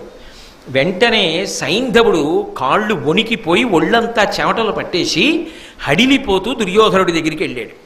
వెళ్ళి అన్నాడు, ఏనొకరుండనే తనకు ఎగ్గొనరించితే ఏల నాపయింపూనినవాడు ఫల్గుణుడు పోర వధింపగా ఎట్టిపాడి మీకీ నిరిసంత సంబు వగపేటికి నాకు వటయేని పోయదన్ వాని ప్రతిజ్ఞ కడ్డుపడువారే సురాసుర సిద్ధ సాధ్యులున్. ఏమిటి నా మీద ప్రతిజ్ఞ చేయడం ఏమిటి అర్జునుడు? నేనొక్కడనేనా యుద్ధం చేసింది, నేనొక్కడనేనా అభిమన్యుడి చావుకి కారణం అంటే కక్ష కట్టేటటువంటి వాళ్ళ స్వభావం ఎలా ఉంటుందో తెలుసా? అవతల వాడు ఏం చేస్తాడులే అని, వాడు ధర్మానికి కట్టుబడ్డవాడు, అందుకని వాడు మనలా ఏదో అన్ని కట్టుబాట్లు అధిగమించి తెగబడి తప్పు చేయడానికి ఇచ్చగించాడు. కాబట్టి మనం ఏదో చేసేసి సంతోషపడిపోవచ్చు. కానీ ఆయన కూడా ధర్మబద్ధంగానే తిరగబడ్డాడు అనుకోండి, అంత నిస్సిగ్గుగా దాక్కోగలరు, అంత నిస్సిగ్గుగా దాక్కుని సిగ్గు లేకుండా బ్రతికేయగలరు. అది రాక్షసతత్వం. ఏది నిజమైన శక్తి? నిజంగా శక్తి ఉంటే కురుక్షేత్రంలో అభిమన్యుడితో యుద్ధం చేసి నెగ్గాలి. కానీ ఆ చిన్న పిల్లవాడిని మట్టు పెట్టి చంపడం, నలుగురిని ఓడించినప్పుడు సంతోషమా? ప్రతిజ్ఞ చేసేటప్పటికీ ఎంత పిరికి మాటలు మాట్లాడుతున్నాడో చూడండి. అంటే అవతల వాళ్ళు ఏమీ చెయ్యరు, ఒకప్పుడు బావగారిని ఊరుకున్నారు కదా, కాబట్టి ఇప్పుడు ఏమీ చేయరు అనుకున్నాడు. కానీ ప్రతిజ్ఞ చేశాడు, ఇప్పుడు చంపి అవతల పారేస్తానన్నాడు. అప్పుడు కూడా 4 మినహాయింపులు ఇచ్చాడు, అవి చెయ్యకుండా వదిలేయాలట. అంటే అసలు ఆ మనస్తత్వానికి ఏమైనా అర్థం ఉందండి? అసలు అది ఎంత అసహ్యకరమైనటువంటి మనస్తత్వమో ఆలోచించండి. నీ జీవితాన్ని నువ్వు ఇలా సంక్లిష్టం చేసుకోకు. ఒకసారి క్రౌర్యం జోలికి, పగల జోలికి వెళ్ళిపోతే నీ ప్రయత్నం లేకుండా మనసు ఇలాగే దిగజారిపోతుంది, శాశ్వత అపకీర్తిని సంపాదించుకుంటావు. అందుకే ధర్మమన్న చట్టంలోంచి దాటిన ఏ పని జోలికి నువ్వు వెళ్ళవద్దు. ధర్మబద్ధమైన పని చెయ్యి, అంతే. అది మాత్రం నిన్ను కాపాడుతుంది. ధర్మమన్న వలయాన్ని మాత్రం ఎన్నడూ దాటవద్దు. కాబట్టి అది అర్జునుడి గొప్పతనం. అందుకే ధర్మచట్రంలోకి ఇమిడేడు. ప్రతిజ్ఞలో కూడా 4 కారణములకు చంపనన్నాడు. వీడు పశ్చాత్తాపంతో ఏం చేయాలి? ఇంత తప్పు చేశాను, వెళ్ళి కాళ్ళ మీద పడతానన్నాలి. పోనీ కాళ్ళ మీద పడ్డానికి విడిచిపాటు ఉంటే యుద్ధం చెయ్యను, వెనక్కి పోతానన్నాలి. దుర్యోధనుడి దగ్గరికి వెళ్ళి చెప్పుకోవడం ఎందుకు? అంటే ఇంకా ఏదో బ్రతకాలని కోరిక, పాండవులు వీళ్ల చేత మట్టు పెట్టబడాలని కోరిక. అందుకని ఏనొకరుండనే తనకు నిగ్గునరించితే, నేనొక్కడనేనా అర్జునుడికి బాధ కల్పించిన వాణ్ణి? నేనొక్కడనేనా అభిమన్యుడి చావుకి కారణమైన వాణ్ణి? ఏలనాపయం పూనినమాడు ఫల్గునుడు. ఏమిటి నా ఒక్కడి మీదే కక్ష కట్టాడు అర్జునుడు మధ్యలో? కాబట్టి నేను ఇలా బాధపడుతుంటే మీరందరూ ఏమిటి అలా హాయిగా సంతోషంగా కూర్చుని మాట్లాడుకుంటున్నారు? నా బాధ గురించి మీకు ఎవరికి పట్టదా? నాతో 4 పాండవుల్ని ఆపించినప్పుడు ఇప్పుడు మళ్ళీ అటు వస్తాడు, అవతల వాళ్ళని రెచ్చగొట్టడానికి తప్పు ఒప్పుకుంటాడు. ఫల్గునుడు ప్రతిజ్ఞ తన ఒక్కడి మీద చేయకూడదట. ఏమైనా సారం ఉందండి ఆ మాటలో? కాబట్టి మీరేమిటి అలా సంతోషంగా కూర్చుంటారు? మీకు నేను ఎలా పోయినా మీకేం పట్టదా? అసలు పార్థుడిటువంటి ప్రతిజ్ఞ చేస్తే దానికి అడ్డుపడడం, వాని ప్రతిజ్ఞకు అడ్డపడవారే సురాసుర సిద్ధ సాధ్యులున్. అర్జునుడు ప్రతిజ్ఞ చేస్తే దానికి అడ్డుపడగలిగినటువంటి శక్తి దేవదానవులకు కానీ సిద్ధ సాధ్యులకు కానీ ఉన్నదా? లేదు కదా. కాబట్టి నేను ఖచ్చితంగా మరణించి తీరుతాను కదా. మీరందరూ నాతో చేయించుకున్నప్పుడు ఉపకారాలు చేయించుకున్నారు, కానీ ఇప్పుడు నాకు అక్కరకొచ్చేవాడెవడు, నన్ను కాపాడేవాడెవడు? మీరు నా గురించి పట్టించుకోవట్లేదే అని వెళ్ళి దుర్యోధనుడి దగ్గర బాధపడ్డాడు. బాధపడితే అక్కడ దుర్యోధనుడితో పాటుగా ద్రోణుడు, కర్ణుడు, శల్యుడు, కృపాచార్యుల వారు, బాహ్లికాది వీరులందరూ కూడా కూర్చునున్నారు. దుర్యోధనుడు నవ్వి సైంధవుణ్ణి పిలిచి, వాడు వెళ్ళిపోవడం ఆయనకి ఇష్టం ఉండదు, అందుకని నేను వెళ్ళిపోతున్నాను అన్నాడు. వాడిని పిలిచి, ఎందుకయ్యా బెంగ పెట్టుకుంటావు? అసలు నీ మనసులో కోరిక నాకు తెలుసులే, పాండవుల్ని మట్టు పెట్టాలి. అది నీ పిచ్చి కోరిక, నీది అర్థం లేని కక్ష. శివుడంతటి వాడు వద్దన్నాను వినవు, కాబట్టి వీడికి మాత్రం ఉపయోగం కదూ, వీడిని దాచేస్తే పాండవులు ఏదో అయిపోతారని వీడి పిచ్చి. అయ్యోటు ధర్మరాజు వైపు కృష్ణుడు ఉన్నాడు, ధర్మం ఉంది, ఎంతమంది చెప్పనివ్వండి వాడి తలకెక్కదు, ఏదో చేయగలననే వాడి తాపత్రయం. కాబట్టి ఆయన అన్నాడు, నమ్ముము వెరవకు, ఏనును తమ్ములను కోట నీకు తాత్పర్యముమై నిమ్మేటి మగలు సూర్యుల నిమ్మి నిలువ ఇంద్రుడైన నీకెదురుగునే నేను నా 99 మంది తమ్ముళ్ళు, ఈ యోధులు ఇంతమంది నీకు గోడగా నిలబడతారు, కోట అయి నిలబడతారు. నిన్నెక్కడ చంపుతాడు అర్జునుడు? నీ జోలికి ఎక్కడ వస్తాడు? కాబట్టి బెంగ పెట్టుకోకు. నేను అభయం ఇస్తున్నాను, నిన్ను కాపాడతాను అన్నాడు. కానీ దుర్యోధనుడు అర్జునుడి ముందు నిలబడగలడన్న నమ్మకం సైంధవుడికి పూర్తిగా మనసులో లేదు. ఈ మాట ఎవరు చెప్తే నమ్ముతాడంటే ద్రోణాచార్యులు వారు చెప్తే నమ్ముతాడు. ఎందుకని? త్రికరణ శుద్ధిగా తలుచుకున్నాడు అనుకోండి, ద్రోణుడు ఆపగలడు అర్జునుడిని, అది ఉంది. గెలవగలడా గెలవలేడా వేరు మాట, అది పక్కన పెట్టేయండి, అప్రస్తుతం, అసలు అది చర్చనీయాంశం కాదు. ఆపగలడు. కావలసింది ఏమిటో తెలుసా? అక్కడ కాలము ముఖ్యం. అందుకే శివప్రార్థనలో కూడా శివుడి చేత పూజింపబడిన పాదములు కలిగిన వాడు అని. సూర్యుడి గతిని ఆపగలిగిన వాడు ఎవరూ లేడు. కానీ అర్జునుడు సైంధవుడికి దగ్గరికి వచ్చే లోపల అర్జునుణ్ణి ఆపగలిగితే అయిపోయిందంతే యుద్ధం. అర్జునుణ్ణి ఏం చేయక్కర్లేదు, అర్జునుణ్ణి చంపడమో అర్జునుణ్ణి ఓడించడమో చెయ్యక్కర్లా, ఆపితే చాలు. ఇది దుర్యోధనుడు కానీ ఇంత సైన్యం కానీ చెయ్యగలరని నమ్మకం లేదు. ద్రోణుడు చెయ్యగలడని నమ్మకం ఉంది. ఎందుచేత? 2 కారణాలు. ఒకటి, ఆయన విలువిద్యా నైపుణ్యం అటువంటిది. అవతలవాడు ఏ అస్త్రాన్ని ప్రయోగించినా తాను కూడా దానికి తగిన అస్త్రాన్ని ప్రయోగించి అర్జునుణ్ణి నిలువరించగలడు. కాబట్టి ఆయన లోపలికి వెళ్ళేటప్పటికీ సాయంకాలం అయిందనుకోండి, వెడితే ఏమిటి ఉపయోగం? కాబట్టి ద్రోణుడి దగ్గరికి వెళ్ళాడు. వెళ్ళి ద్రోణుడి కాళ్ళ మీద పడి, అయ్యా మీరు నన్ను రక్షించాలి, దుర్యోధనుడు మాట ఇచ్చాడు అని చెప్పి. ఆయన అన్నాడు, బెంగే పెట్టుకోకు, నేను వ్యూహరచన చేసి నిలబడి ఉండగా అర్జునుడు ఎలా వ్యూహంలోకి ప్రవేశిస్తాడు, నేను రక్షిస్తాను నిన్ను అని. అయినా ఒక మాట చెప్పాడు. ఆయన అన్నాడు, క్షత్రియుడై పుట్టినవాడు, వేదం చదువుకున్నవాడివి, ఇన్ని తెలుసున్నవాడివి, వీరమరణం పొందడానికి సిద్ధంగా ఉండాలి. యుద్ధభూమిలో చచ్చిపోయినప్పుడే కదా ఉత్తమగతులు కలుగుతాయి. అలా చనిపోవడానికి సిద్ధంగా ఉండాలి. కానీ చనిపోకుండా దాక్కుందామని ఎందుకు ఆలోచిస్తున్నావు? యుద్ధం చేద్దామని ఎందుకు ఆలోచించవు? యుద్ధం చేయకుండా నన్ను ఎక్కడో దాచండి, దాచి వేళ దాటిపోతే అర్జునుడు చచ్చిపోతాడని అలా మాట్లాడుతున్నావే? అలా మాట్లాడకూడదుగా క్షత్రియుడు. ఏమవుతుంది? యుద్ధం చేసి పోవాలి, అది కదా ఉత్తమగతి. అంటే ధర్మం మాట్లాడాడు ఆయన. ఇది పిరికి మాట కదా. క్షత్రియుడవై పుట్టి నన్ను దాచేసి మీరు యుద్ధం చేసేయండి, అర్జునుడు నా దాకా రాకుండా ఉంటే అంతే చాలు, వేళ దాటిపోతుంది, వేళ దాటిపోతే అర్జునుడు ఓడిపోతాడు. ఏమిటా ఈ పిరికి మాట?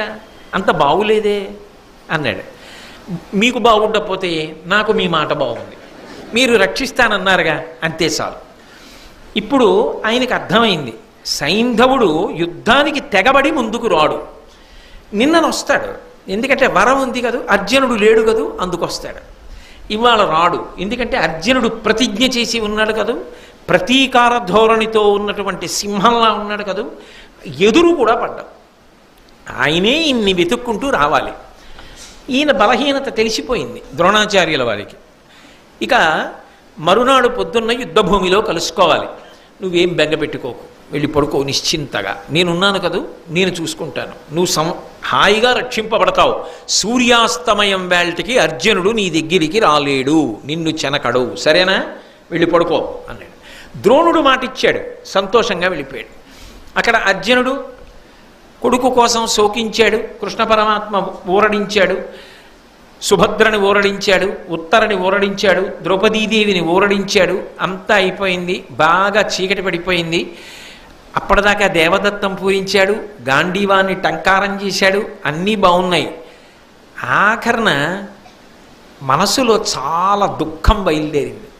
ఇటువంటి ప్రతిజ్ఞ చేసేసాను కదా, రేపు సాయంకాలం లోపల సైంధవుడు నాకు దొరకకపోతే, అటు గురువుగారు ఉన్నారుగా, అంత తేలిక సైంధవుడి దగ్గరికి వెళ్ళడం?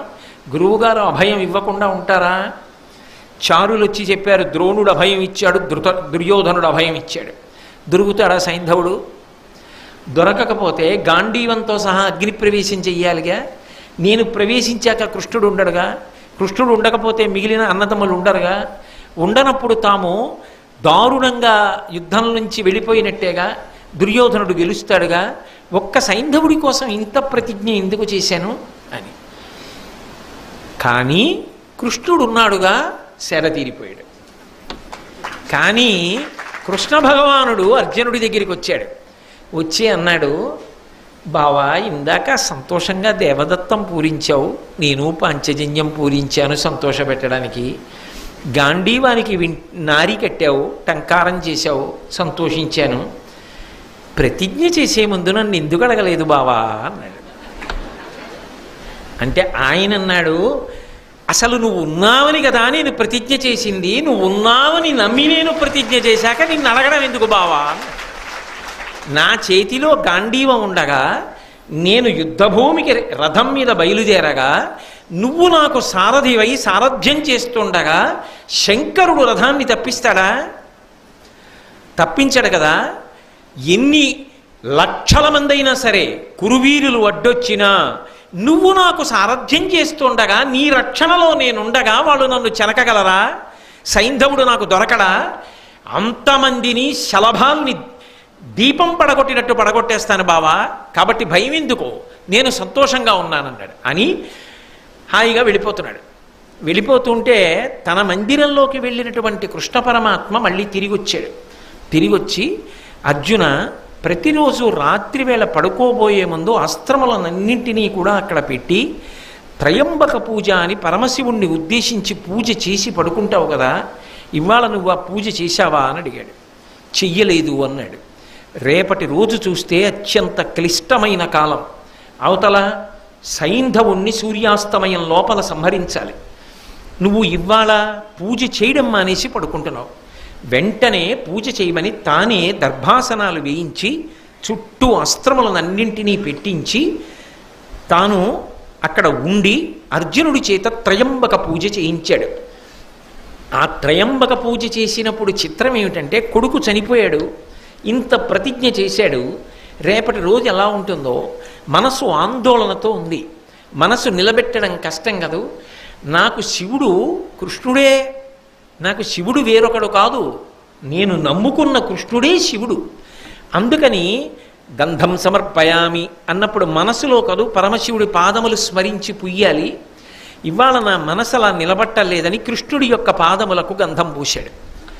హారం శంకరుడికి వేయవలసింది ఎదురుగుండా కూర్చున్న కృష్ణుడికి వేశాడు. వేయించుకుంటున్నాడు కృష్ణుడు. మెడలో వేశాడు. అక్షతలు కృష్ణుడి యొక్క పాదముల మీద సమర్పించాడు. నువ్వే నాకు శివుడివి, నువ్వే నాకు కృష్ణుడివి. ఎదురుగుండా కనపడుతుంటే పూజకి మనసు నిలబడుతుంది అని కృష్ణుడికి శివుడిగా పూజ చేశాడు. పూజ చేసి, బావా నువ్వు చెప్పావు కదా త్రయంబకారాధనం చేశానన్నాడు. సరే, నేను వెళ్ళి విశ్రాంతి తీసుకుంటానని కృష్ణ పరమాత్మ తన మందిరానికి వెళ్ళాడు. అర్జునుడు ఆ దర్భాసనం మీద పడుకున్నాడు. పడుకుని చాలా శోకం కలిగింది. దేని వలన శోకం అంటే, ఇంత పెద్ద ప్రతిజ్ఞ చేశానే, రేపు గురువు గారు ముందు అడ్డొస్తారు, ఆయన్ని ఎలా దాటడం? అందరినీ చంపినట్టు చంపగలనా? అంత తీవ్రమైన బాణములు వెంటనే మొదలుపెట్టగలనా? అలాగని మర్యాదతో కాలక్షేపం చేస్తే సూర్యుడి గతి ఆగదగా వెళ్ళిపోతాడుగా. ఎంత దూరం వెళ్ళి పట్టుకోవలసి ఉంటుందో, రేపు అసలు ఎటువంటి వ్యూహం రచిస్తాడో. ద్రోణుండి దాటి పట్టగలనా సైంధవుణ్ణి? పట్టలేకపోతే ఏమవుతుంది? కృష్ణ పరమాత్మ మీద భారమంతా పెట్టి ప్రతిజ్ఞ చేసేసానే. వ్యాకులత చెందిన కృష్ణుడి మీద ఉన్నటువంటి అపారమైన విశ్వాసం చేత నిద్రపోయాడు. అక్కడ కృష్ణుడు నిద్రపోలేదు. ప్రతిజ్ఞ చేసినవాడు అర్జునుడు, నిద్రపోనివాడు కృష్ణుడు. దారుకుడు తన సారథిని పిలిచాడు. పిలిచి, దారుక చూశావా, ఆ అర్జునుడు నాకు చెప్పకుండా ఎంత ప్రతిజ్ఞ చేశాడో. నిజానికి ఈ శరీరం అంతా నేను ఒక్కడనే అనుకుంటున్నావా దారుక? నా శరీరంలో సగభాగం అర్జునుడయ్యా. ఆయన నిజంగా రేపు సైంధవుడిని వధించలేక అగ్నిప్రవేశం చేస్తే సగభాగం కాలిపోయిన శరీరం బతుకుతుందా? కాబట్టి నేను కూడా మరణిస్తానయ్యా. కానీ ఆ సైంధవుణ్ణి పట్టుకోవడం అంత తేలిక. ఒకరోజు సూర్యాస్తమయం లోపల పట్టుకోవాలంటే అటు కురువీరులకు ద్రోణుడికి గొప్ప అవకాశం ఇచ్చేశాడే అర్జునుడు. రాత్రికి గురువు ఏ వ్యూహాన్ని రచిస్తాడో, ఎలా పట్టుకుంటానో నాకేమీ మనసు ఆడటం లేదయా. మనసు పరిపరి విధముల పోతోంది. రేపు నేను అర్జునుణ్ణి ఎలా రక్షించుకోవాలి, దానికోసం ఇంత కలత చెందుతున్నాను. ఎవరు? ఆయనని నమ్ముకున్నవాడు నిద్రపోతున్నాడు.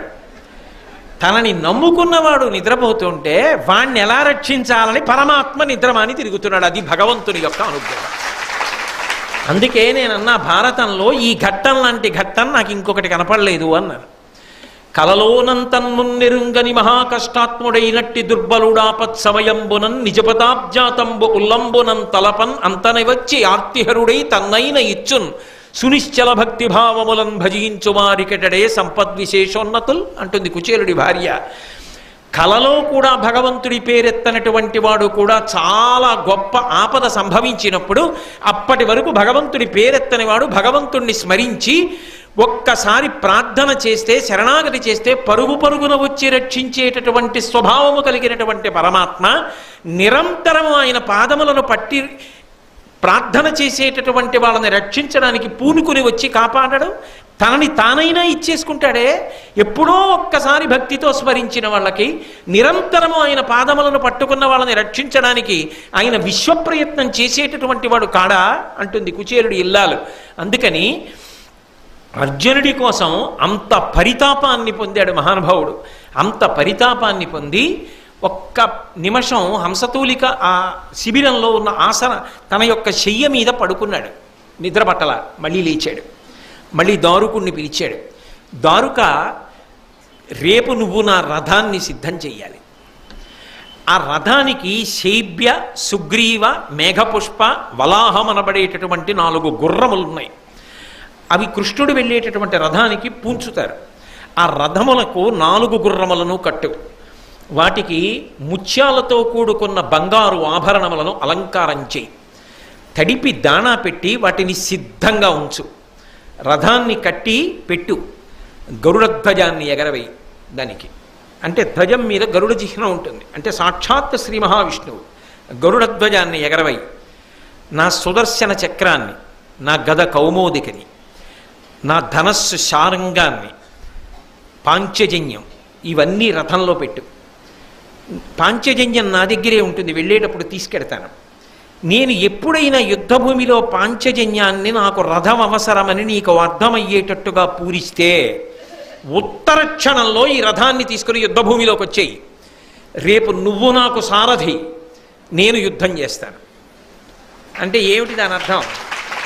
ఏమని ప్రతిజ్ఞ చేశాడు యుద్ధానికి వెళ్లే ముందు?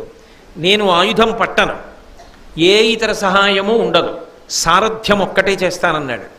అటువంటి వాడు ఏ కారణం చేతనైనా సైంధవుడు దొరకకపోతే ఏమో అర్జునుడు ప్రతిజ్ఞ ఆపలేను, కానీ ఇక కురువీరులన్న వాళ్ళు మాత్రం మిగలడానికి వీల్లేదు. ఇక ఆఖరి క్షణంలో దునుమాడేస్తానంతే. కాబట్టి రథం వచ్చేయవలసింది. నేనే రథం ఎక్కుతాను, ఇక ప్రతిజ్ఞా భంగం అయిపోతుంది. అర్జునుడి కోసం అవసరమైతే రథం ఎక్కేస్తాను, శార్ంగం చేతిలో పట్టుకుంటాను, సుదర్శనాన్ని ప్రయోగిస్తాను, కౌమోదికిని ప్రయోగిస్తాను, నేనే యుద్ధం చేస్తాను. కాబట్టి దారుకా సిద్ధంగా ఉండు. అసలు లోకంలో భగవంతుడన్నవాడు భక్తుణ్ణి ఆదుకోవడానికి ప్రతిజ్ఞా భంగం అనేటటువంటి అపకీర్తిని కూడా పొంది ఎంత కిందకి దిగిపోతాడు అన్నదానికి ఇంతకన్నా పరాకాష్ఠ ఎక్కడుంటుంది?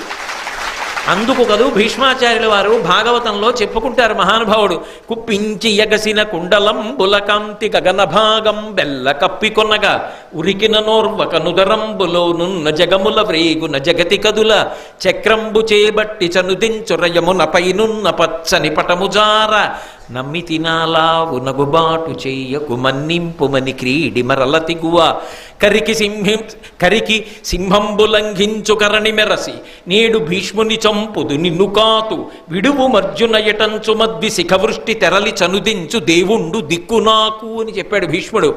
అర్జునుడు యుద్ధం చెయ్యలేకపోతే భీష్మాచార్యుల వారితో రథం దిగిపోయి చక్రం పట్టుకుని పైనున్న ఉత్తరీయం జారిపోతుండగా ఇవాళ చంపేస్తాను భీష్ముడిని వెళ్ళిపోయాడు. ఒకసారి ప్రతిజ్ఞాభంగమే చేశాడు.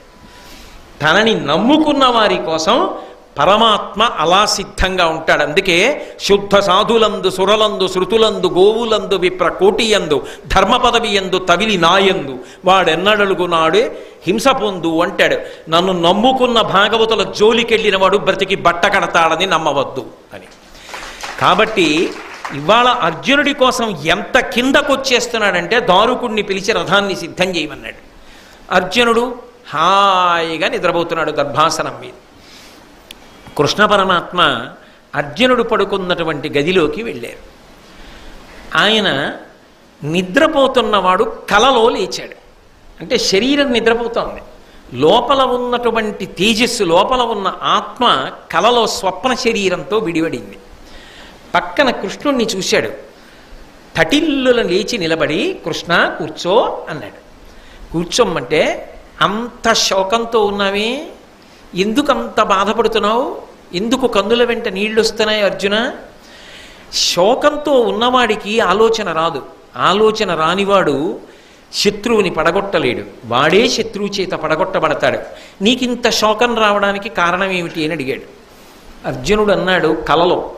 అంటే ఆ స్థితిలో అర్జునుడు ఎలా ఉన్నాడో చూడండి. కదిపితే తట్టుకోలేడు, నిజంగా నిద్రపోతున్నాడు.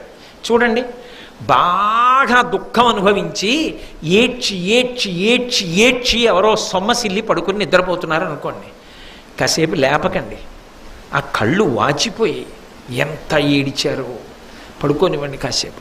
ఆ నిద్దట్లోనైనా కాస్త విశ్రాంతి పొందుతారు, అందుకని నిద్రపోనివ్వండి అంటారు. చూసారా, అంత ప్రేమ చూపించాడు, లేపలేదు. అలాగే అర్జునుణ్ణి నిద్రపోనిచ్చి, రేపు యుద్ధం చెయ్యాలి కదా, బడలికి ఉండకూడదు. అర్జునుణ్ణి నిద్రపోనిచ్చి అర్జునుడిలో ఉన్నటువంటి జీవుణ్ణి స్వప్నావస్థలో తన దగ్గరికి తీసుకున్నాడు. అందుకు మాట్లాడగలుగుతున్నాడంటే కృష్ణుడు ఇచ్చిన ప్రజ్ఞయే. కృష్ణుడి వంక చూసి, కృష్ణ, నేను ఇంత శోకం ఎందుకు పొందుతున్నానో తెలుసా? నేను ఏ గురువు గారిని నమ్ముకున్నానో, ఏ ఆచార్యుడు ఇంత క్లిష్ట సమయంలో నన్ను ఆదుకోవాలో అటువంటి గురువే రేపు నాకు ఎదురు తిరిగి సైంధవుణ్ణి రక్షిస్తానని మాట ఇచ్చాడే, రేపు వ్యూహాన్ని రచిస్తాడే, ఆయనే నాతో యుద్ధానికి తలబడితే నేను వ్యూహంలోకి అసలు ఎలా ప్రవేశిస్తాను? ప్రవేశించలేనని కాదు, ఎప్పుడోప్పుడు ప్రవేశిస్తాను, కానీ సూర్యాస్తమయం అయిపోతే ఏమిటి ఉపయోగం? ద్రోణుడే అడ్డుపడుతున్నాడే, గురువుగారే అడ్డుపడుతున్నారే, నేను ఏం చెయ్యాలి? ఎవరికి చెప్పుకోవాలి?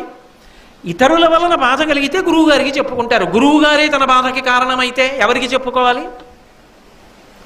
అంటే గురువు ఎంత ఉదారుడై ఉండాలి? ఈ ఔదార్యము లేకపోయిందే. ఇందుకు నేను ఏడుస్తున్నాను కృష్ణ అన్నాడు. బాధపడకు, దా నా చేయి పట్టుకొని యోగ మార్గంలో ఆకాశం వెంట లోకాలు దాటి తీసుకెళ్ళాడు. ఆ స్వప్నావస్థలోనే అర్జునుడు కృష్ణుడితో కలిసి వెళ్ళాడు. కైలాసానికి వెళ్ళారు. కైలాసంలో మణిమంటపంలో చుట్టూ ప్రమదగణాలు సేవిస్తుండగా పార్వతీ సహితుడై తెల్లటి శరీరంతో పరమశివుడు కూర్చునున్నాడు. కృష్ణార్జునుల వంక చూశాడు. ఏమి ఇలా వచ్చారు మీరు, ఏం కావాలని అడిగాడు. అడగగానే అర్జునుడు చూశాడు శంకరుణ్ణి, పరమానందం పొందాడు. శివదర్శనమైనది అంటే మంగళమే, భద్రమే. శివదర్శనం చేయించాడు కృష్ణ పరమాత్మ. ఏమి ఉపకారం అండి మహానుభావుడిది. ఆ రోజు రాత్రి ఆయన పడిన క్లేశం అంతా ఇంత కాదు. రవిశివహ్నిలోచన సురప్రతివీర విమర్దన క్రమ భువనమయాత్మక భుజగభూషణ పోషిత భక్త సంయమిస్తవన కథావధానపర దర్పకదర్పహర నిరస్త సంభవ మరణాది వైకృత అపారగుణ గుణదోషవర్జిత. అర్జునుడు స్తోత్రం చేస్తున్నాడు శివుణ్ణి ఉద్దేశించి.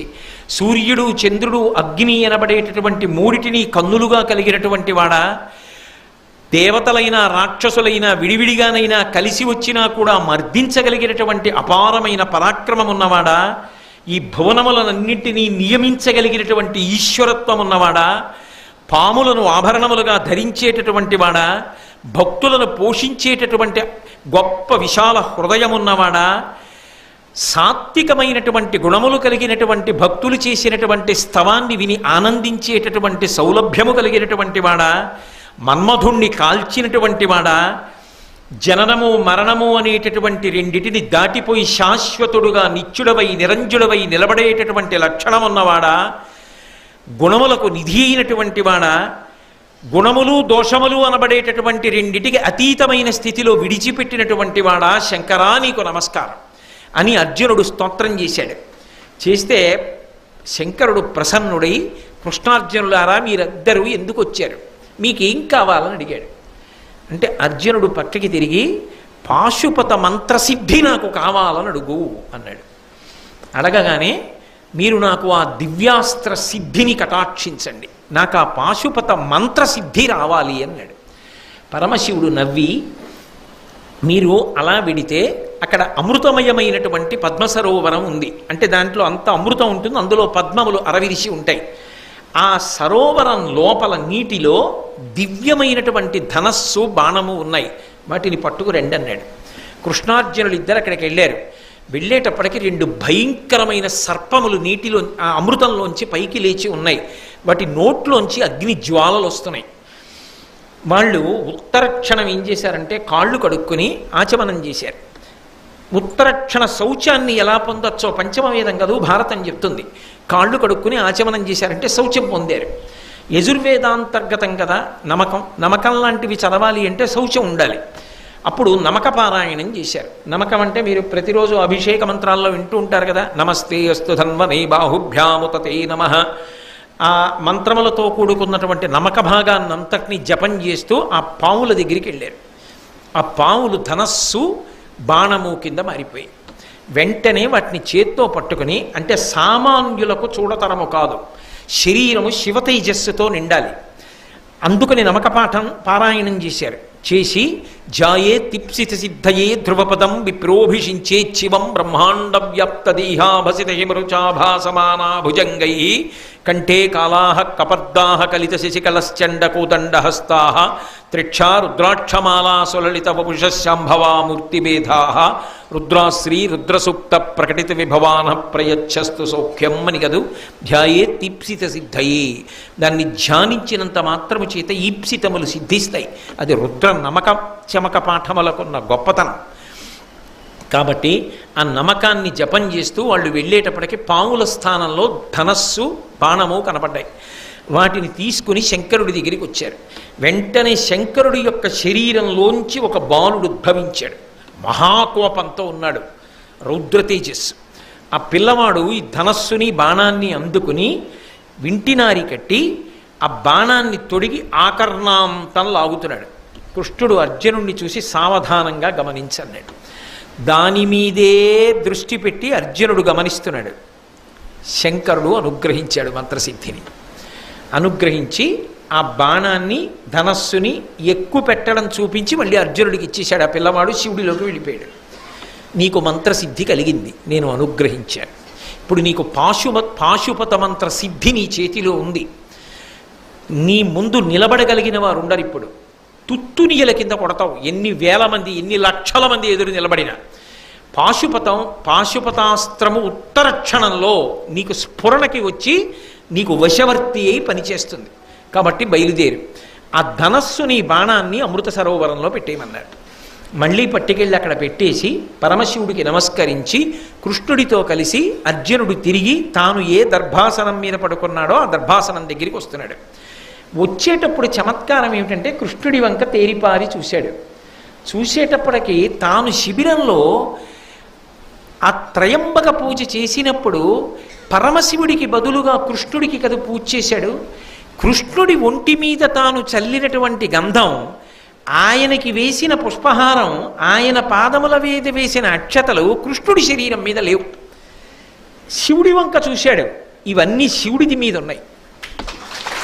అంటే శివకేశవులు 2 కాదు, శివకేశవులు ఒక్కటే.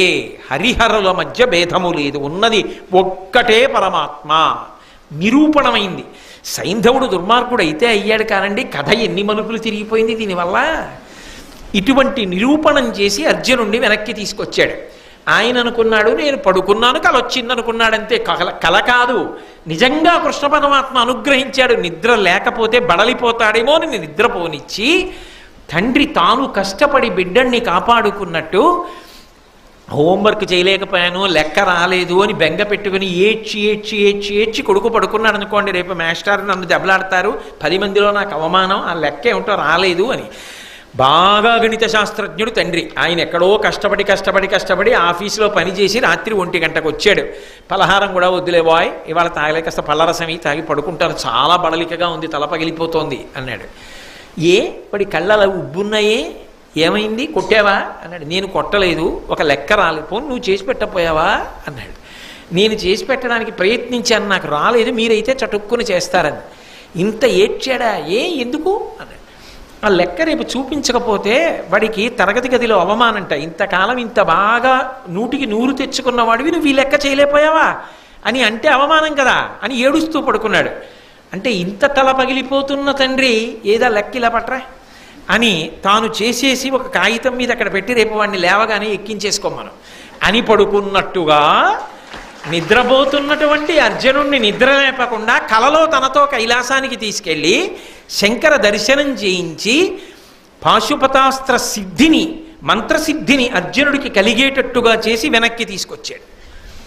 అవతల దారుకుడితో రహస్యంగా రథాన్ని సిద్ధం చేయించాడు. మరునాడు తెల్లవారింది. ధర్మరాజు గారిని స్తోత్రములతో నిద్రలేపారు, స్నానం చేశాడు, యుద్ధానికి సిద్ధపడ్డాడు. కృష్ణార్జునుడు సిద్ధపడ్డారు. ధర్మరాజు గారికి నమస్కారం చేసి బయలుదేరుతాడు. అందుకని ధర్మరాజు గారికి నమస్కారం చేయడానికి వెళ్ళారు. వెళ్ళి మాట్లాడిన తర్వాత తప్పకుండా నీకు విజయం కలగాలని ధర్మరాజు గారు ఆశీర్వచనం చేశాడు. ఆశీర్వచనం చేసిన తర్వాత యుద్ధభూమికి బయలుదేరబోతూ ఆగి ధర్మరాజు గారు అన్నారు, అర్జునుడు అన్నాడు, అన్నయ్య ఒక ఆశ్చర్యకరమైన కల వచ్చిందన్నయ్య రాత్రి. అది కలలా లేదన్నయ్య, నేను యథార్థంగా చూసినట్టే ఉందన్నయ్య అన్నాడు. ఏమిట్రా కళ అన్నాడు ధర్మరాజు. ఈ కళ అంతా చెప్పాడు. చెప్పి కృష్ణుడితోటే వెళ్ళాను, అవన్నీ చూశానన్నట్టే అనుభూతి ఉంది, కానీ నేను వెళ్ళలేదు కళ. కృష్ణుడు అవును కలే అని నవ్వు నవ్వాడు. ఆయనకి తెలుసు పాపం ఎంత క్లేశపడుతున్నాడో ఆ సైంధవ వధ కోసం. పైకి శల్యుళ్ళ ఓ మాట, దిక్కుమాలిన ప్రతిజ్ఞలు నువ్వు ఎవడ చేయమన్నాడు అంటే తను ఆ శల్యుడైపోడు. ఎంత కడుపులో పెట్టుకు కాసుకుంటున్నాడో చూడండి. అది పెద్దరికం అంటే, అది రావాలి మనిషికి. కాబట్టి ఇప్పుడు యుద్ధానికి బయలుదేరారు. అటు ద్రోణాచార్యుల వారు తక్కువ తిన్నాడా, ఆయన అద్భుతమైనటువంటి శకట వ్యూహాన్ని పన్నాడు. శకట వ్యూహం మధ్యలో పద్మవ్యూహాన్ని పన్నాడు. ఆ పద్మవ్యూహం మధ్యలో సూచీ వ్యూహాన్ని పన్నాడు. ఈ సూచీ వ్యూహాన్ని సైనిక ముఖం వరకు పన్నాడు. ఇటు ఒకే రోజు శకట వ్యూహంలో, పద్మవ్యూహంలో సూచీ వ్యూహం. ఇప్పుడు దీనికి ముఖం దగ్గర తనని దాటితేనే లోపలికి వెళ్ళడం, తానే చతురంగ బలాలతో ఎదురు నిలబడ్డాడు. ఈ సైంధవుణ్ణి మధ్యలో నిలబెట్టలేదు, చిట్ట చివరికి నిలబెట్టాడు. చిట్ట చివరికి నిలబెట్టి ఆయన చుట్టూ కూడా వీరులందరినీ కాపుంచాడు. మీరెవరూ యుద్ధానికి రావక్కర్లేదు, మీరందరు ఇక్కడే ఉండాలి. ఎందుకనంటే చిట్ట చివరి వేళకి ఒకవేళ వచ్చినా సైంధవుడు దొరకకూడదు, మీరు తిరగబడి యుద్ధం చేసేయాలి, సమయం అయిపోతుంది. కాబట్టి చూడండి, ఇంకా 2 balls left 8 runs రిక్వైర్డ్ అంటే క్లోజ్ ఫీల్డింగ్ అంటారు చూసారా, అలా ఎవరి వ్యూహరచన వాళ్ళది. అందుకని మీరందరూ జాగ్రత్తగా ఉండి భూరిశ్రవుడు, కర్ణుడు, శల్యుడు, అశ్వత్థామ, వృషసేనుడు, కృపాచార్యుడు, ఇంతమంది సైంధవుడికి చుట్టూ నిలబడి ఉండాలి. అంటే ఒకవేళ సైంధవుడి దగ్గరికి వచ్చేసిన గురిపెట్టి బాణం వేయడానికి అవకాశం ఉండకూడదు, మీరందరూ కుప్పించేయాలి. మిమ్మల్ని అందరినీ పడగొడితే కదా అసలు మీ దాకా రావడానికి అవకాశం ఇవ్వను. ఎందుకో తెలుసా, ముందు నేను ఉంటాను, దుర్యోధనుడు ఉంటాడు, ఇతర వీరులు ఉంటారు. ఇది కాక మీ ముందు 14,000 ఏనుగులు నిలబడి ఉంటాయి. అవి కాక 60,000 రథములతో వీరులు నిలబడి ఉంటారు. వాళ్ళు కాక 1,00,000 గుర్రముల మీద యోధులు నిలబడతారు. ఇది కాక 10 లక్షల కాల్బలం చుట్టుముట్టి ఉంటుంది. 10 లక్షల మంది సైనికులు వలయాకారంగా నిలబడి ఉంటారు. దాని మధ్యలో భూరిశ్రవుడు, కర్ణుడు, శల్యుడు, అశ్వత్థామ, వృషసేనుడు, కృపాచార్యుడు ఉంటారు. వాళ్ళ మధ్యలో సైంధవుడు నిలబడి ఉంటాడు. వాడు ధనస్సు బాణం పట్టుకుంటాడు, అవసరమైతే ఒకటి వేయడానికి. ఏమో చిట్ట చివర ఎవరు చెప్పగలరు, ఆఖరి బంతి ఏమైనా చెయ్యొచ్చు. అందుకని వాడు ధనస్సు బాణం పట్టుకుంటాడు. ముందు నేనుంటాను, నన్ను దాటడు ఫల్గుణుడు. దుర్యోధన సంతోషంగా ఉండు అన్నాడు. యుద్ధం ప్రారంభమైంది. పాంచజన్యం పూరించారు, దేవదత్తం పూరించారు. అర్జునుడికే ఒకటే నమ్మకం, కృష్ణ నువ్వు ఉన్నావు కదా, అర్జున నీకేం బెంగ, ఎందుకు బెంగ, నువ్వు ఉండగా కృష్ణ, నేను బెంగ పెట్టుకోవడం ఏమిటి, నువ్వు పెట్టుకోవాలి, పెట్టుకుంటే నాకెందుకు. భగవంతుడిని నమ్ముకున్నవాడు అలా ఉంటాడు, భగవంతుడు వీడి గురించి బెంగ పెట్టుకుంటాడు. అది విచిత్రం. యుద్ధానికి బయలుదేరారు. ద్రోణాచార్యుల వారు చాలాసేపు నిలబెట్టేశాడు. నిజానికి ఆ రోజు యథార్థంగా చెప్పాలంటే, ఇప్పుడు నేను ఆ యుద్ధాన్నంతటినీ వర్ణించడం అవసరం కాదు కదా, అది నేను ఏ ద్రోణాచార్యుల వారి గురించి చెప్తున్నప్పుడో చెప్పవలసి ఉంటుంది. అర్జునుడి ప్రౌఢిమ కన్నా కృష్ణుడి యొక్క సారథ్య ప్రతిభ వల్ల లోపలికెళ్ళగలిగారు. మొత్తానికి వ్యూహాన్ని భేదించి లోపలికి వెళ్ళారు. లోపలికి వెళ్ళినా ఆ రోజు జరిగినటువంటి యుద్ధం ఎంత దారుణమైన యుద్ధం అంటే, అర్జునుడి యొక్క రథానికి కట్టినటువంటి గుర్రములు సామాన్యమైనవి కావు, అగ్నిదత్తములు. అటువంటి గుర్రములు బడలిపోయాయి. అవి నీళ్లు తాగి నీటి చేత ఒళ్ళంతా తడిపితే తప్ప అవి మళ్ళీ యుద్ధానికి పరిగెత్తలేవు. అర్జున గుర్రములు బాగా బడలిపోయాయి. వాటిని తడపడానికి నీళ్లు లేకపోవచ్చు, కానీ ఉలవలతో కొంత దాణా పెట్టాలి, నీళ్లు పట్టాలి. నీరెక్కడైనా దొరికేటట్టు చేయగలవా అన్నాడు కృష్ణుడు. అంటే ఉత్సాహాన్ని పరిశీలించాడు. ఎలా ఉన్నాడో చూద్దాం, మరి ద్రోణుణ్ణి దాటేటప్పటికే సమయం పట్టేసింది కదా. బావా బెంగపెట్టుకోకు అని దివ్యాస్త్ర ప్రయోగం చేసి వెంటనే అక్కడో సరోవరాన్ని ఏర్పాటు చేశాడు. రథాన్ని ఆపి గుర్రాల్ని విప్పి వాటికి దాణా పెట్టి నీళ్లు పట్టి ఒళ్ళంతా కడిగి కృష్ణుడు ఎవరి కోసం? ఏమి కర్మ అండి పరిపూర్ణావతారానికి. ఒక సారథి అర్జునుడు అక్కడ నిలబడితే గుర్రాలిప్పుకుని నీళ్లు పట్టి దాణా పెట్టుకుని వాటికి నీళ్లు పోసి వాటిని సముదాయించి ఒళ్ళు తుడిచి మళ్ళీ కట్టి బావా ఎక్కని తానెక్కి ఎవరి కోసం అండి ఆ కష్టం? అంటే భగవంతుణ్ణి నమ్మి ఉండగలగాలి, కానీ మన కోసం ఆయన దిగినంతగా ఎవ్వరూ దిగి రాలేరు. నిరూపణమైంది భారతంలో. వాటికి నీళ్లు పట్టి దాణా పెట్టి కట్టి మళ్ళీ రథం ఎక్కించి యుద్ధం ప్రారంభమైంది. రివీర భయంకరుడై యుద్ధం చేస్తున్నాడు అర్జునుడు. దుర్యోధనుడికి ఎక్కడ లేని కోపం వచ్చింది. ద్రోణాచార్యుల వారి దగ్గరికి వెళ్ళాడు. మీరు ఇవాళ నన్ను మన్నించవలసి ఉంటుంది, నేను సమయం దాటినా కూడా. కాబట్టి ద్రోణాచార్యుల వారి దగ్గరికి దుర్యోధనుడు పరిగెత్తుకెళ్ళాడు. మీరు వ్యూహానికి ప్రారంభంలోనే ఉండి కూడా ఆపకుండా వదిలిపెట్టేశారు అర్జునుణ్ణి. హరివీర భయంకరుడై చొచ్చుకొచ్చేస్తున్నాడు, ఎలా ఆపగలను నేనని అడిగాడు. వెంటనే ద్రోణాచార్యుల వారు అన్నారు, నేను వెనక్కొచ్చి అర్జునుణ్ణి అటకాయించగలను, కానీ నేను కాని లోపలికి వచ్చేసానా మొత్తం పాండవ సైన్యాల లోపలికి వచ్చేస్తాయి. వచ్చేస్తే అర్జునుడికి ఆసరా దొరుకుతుంది. అర్జునుడిని ఒకడిగా ఉంచాలంటే, మిగిలిన సైన్యాన్ని అటకాయించాలంటే నేను ఇక్కడ ఉండాలి. కృష్ణసారథ్య ప్రతిభ అర్జునుడు దాటిపోయాడు. కానివ్వండి, మీరు అడ్డుకోండి అర్జునుడిని, లోపల దాకా సైంధవుడి దాకా వెళ్ళనివ్వకండి అన్నాడు. ఎలా అడ్డుకోను? ఆయన యొక్క ప్రతాపం ముందు నేను ఎక్కడ నిలబడగలను అన్నాడు. నువ్వేమి బెంగపెట్టుకోకు. ఒకప్పుడు చతుర్ముఖ బ్రహ్మగారు ఇంద్రుడికి అనుగ్రహించి ఒక దివ్యమైనటువంటి మంత్రముల యొక్క శక్తిని నింపగలిగిన కవచ విద్యనిచ్చాడు. అది ఇంద్రుడు అంగిరసుడికి ఉపదేశం చేశాడు. అంగిరసుడు బృహస్పతికి ఉపదేశం చేశాడు. బృహస్పతి అగ్నివైశ్యుడికి ఉపదేశం చేశాడు. అగ్నివైశ్యుడు నాకు ఉపదేశం చేశాడు. నా దగ్గర ఆ శక్తి ఉంది. నేను ఆ మంత్రముల చేత ఈ కవచాన్నంతటినీ కూడా నింపేస్తాను. ఇదిగో ఈ బంగారు కవచం ఇస్తున్నాను, ఇది కట్టుకో. అర్జునుడు గాంధీవానికి తొడిగి బాణములు విడిచిపెట్టినా కూడా నిన్ను చెనకవు. ఇప్పుడు యుద్ధం చెయ్యి అన్నాడు. దుర్యోధనుడు ఆ కవచాన్ని ధరించి అర్జునుడి మీదకి యుద్ధానికి వచ్చాడు. అర్జునుడు గాంధీవానికి బాణములు సంధించి పుంఖానుపుంఖలంగా విడిచిపెడుతున్నా సరే నిరుపయోగములై పడిపోతున్నాయి. ఆశ్చర్యపోయాడు అర్జునుడు. ఏమిటి దుర్యోధనుడిని దాటలేకపోతున్నాం, ఇంత గొప్ప యుద్ధం చేసేస్తా, కావలసింది సమయం అయిపోవాలి, ఇంత గొప్ప యుద్ధం ఎందుకు చేస్తున్నాడు అన్నాడు. అంటే కృష్ణుడు అన్నాడు, నీ పిడికిలి వంక చూసుకున్నావా? అసలు పూర్వపు శక్తి ఉందా? వెయ్యగలుగుతున్నావా బాణాలు వెయ్యవలసిన దిశకి? ఎందుకు నీకు తడబాటు వస్తోంది? అమాయకమైన జంతువులా నేను, గురులు తప్పి నువ్వు తయారయ్యామా ఏమి?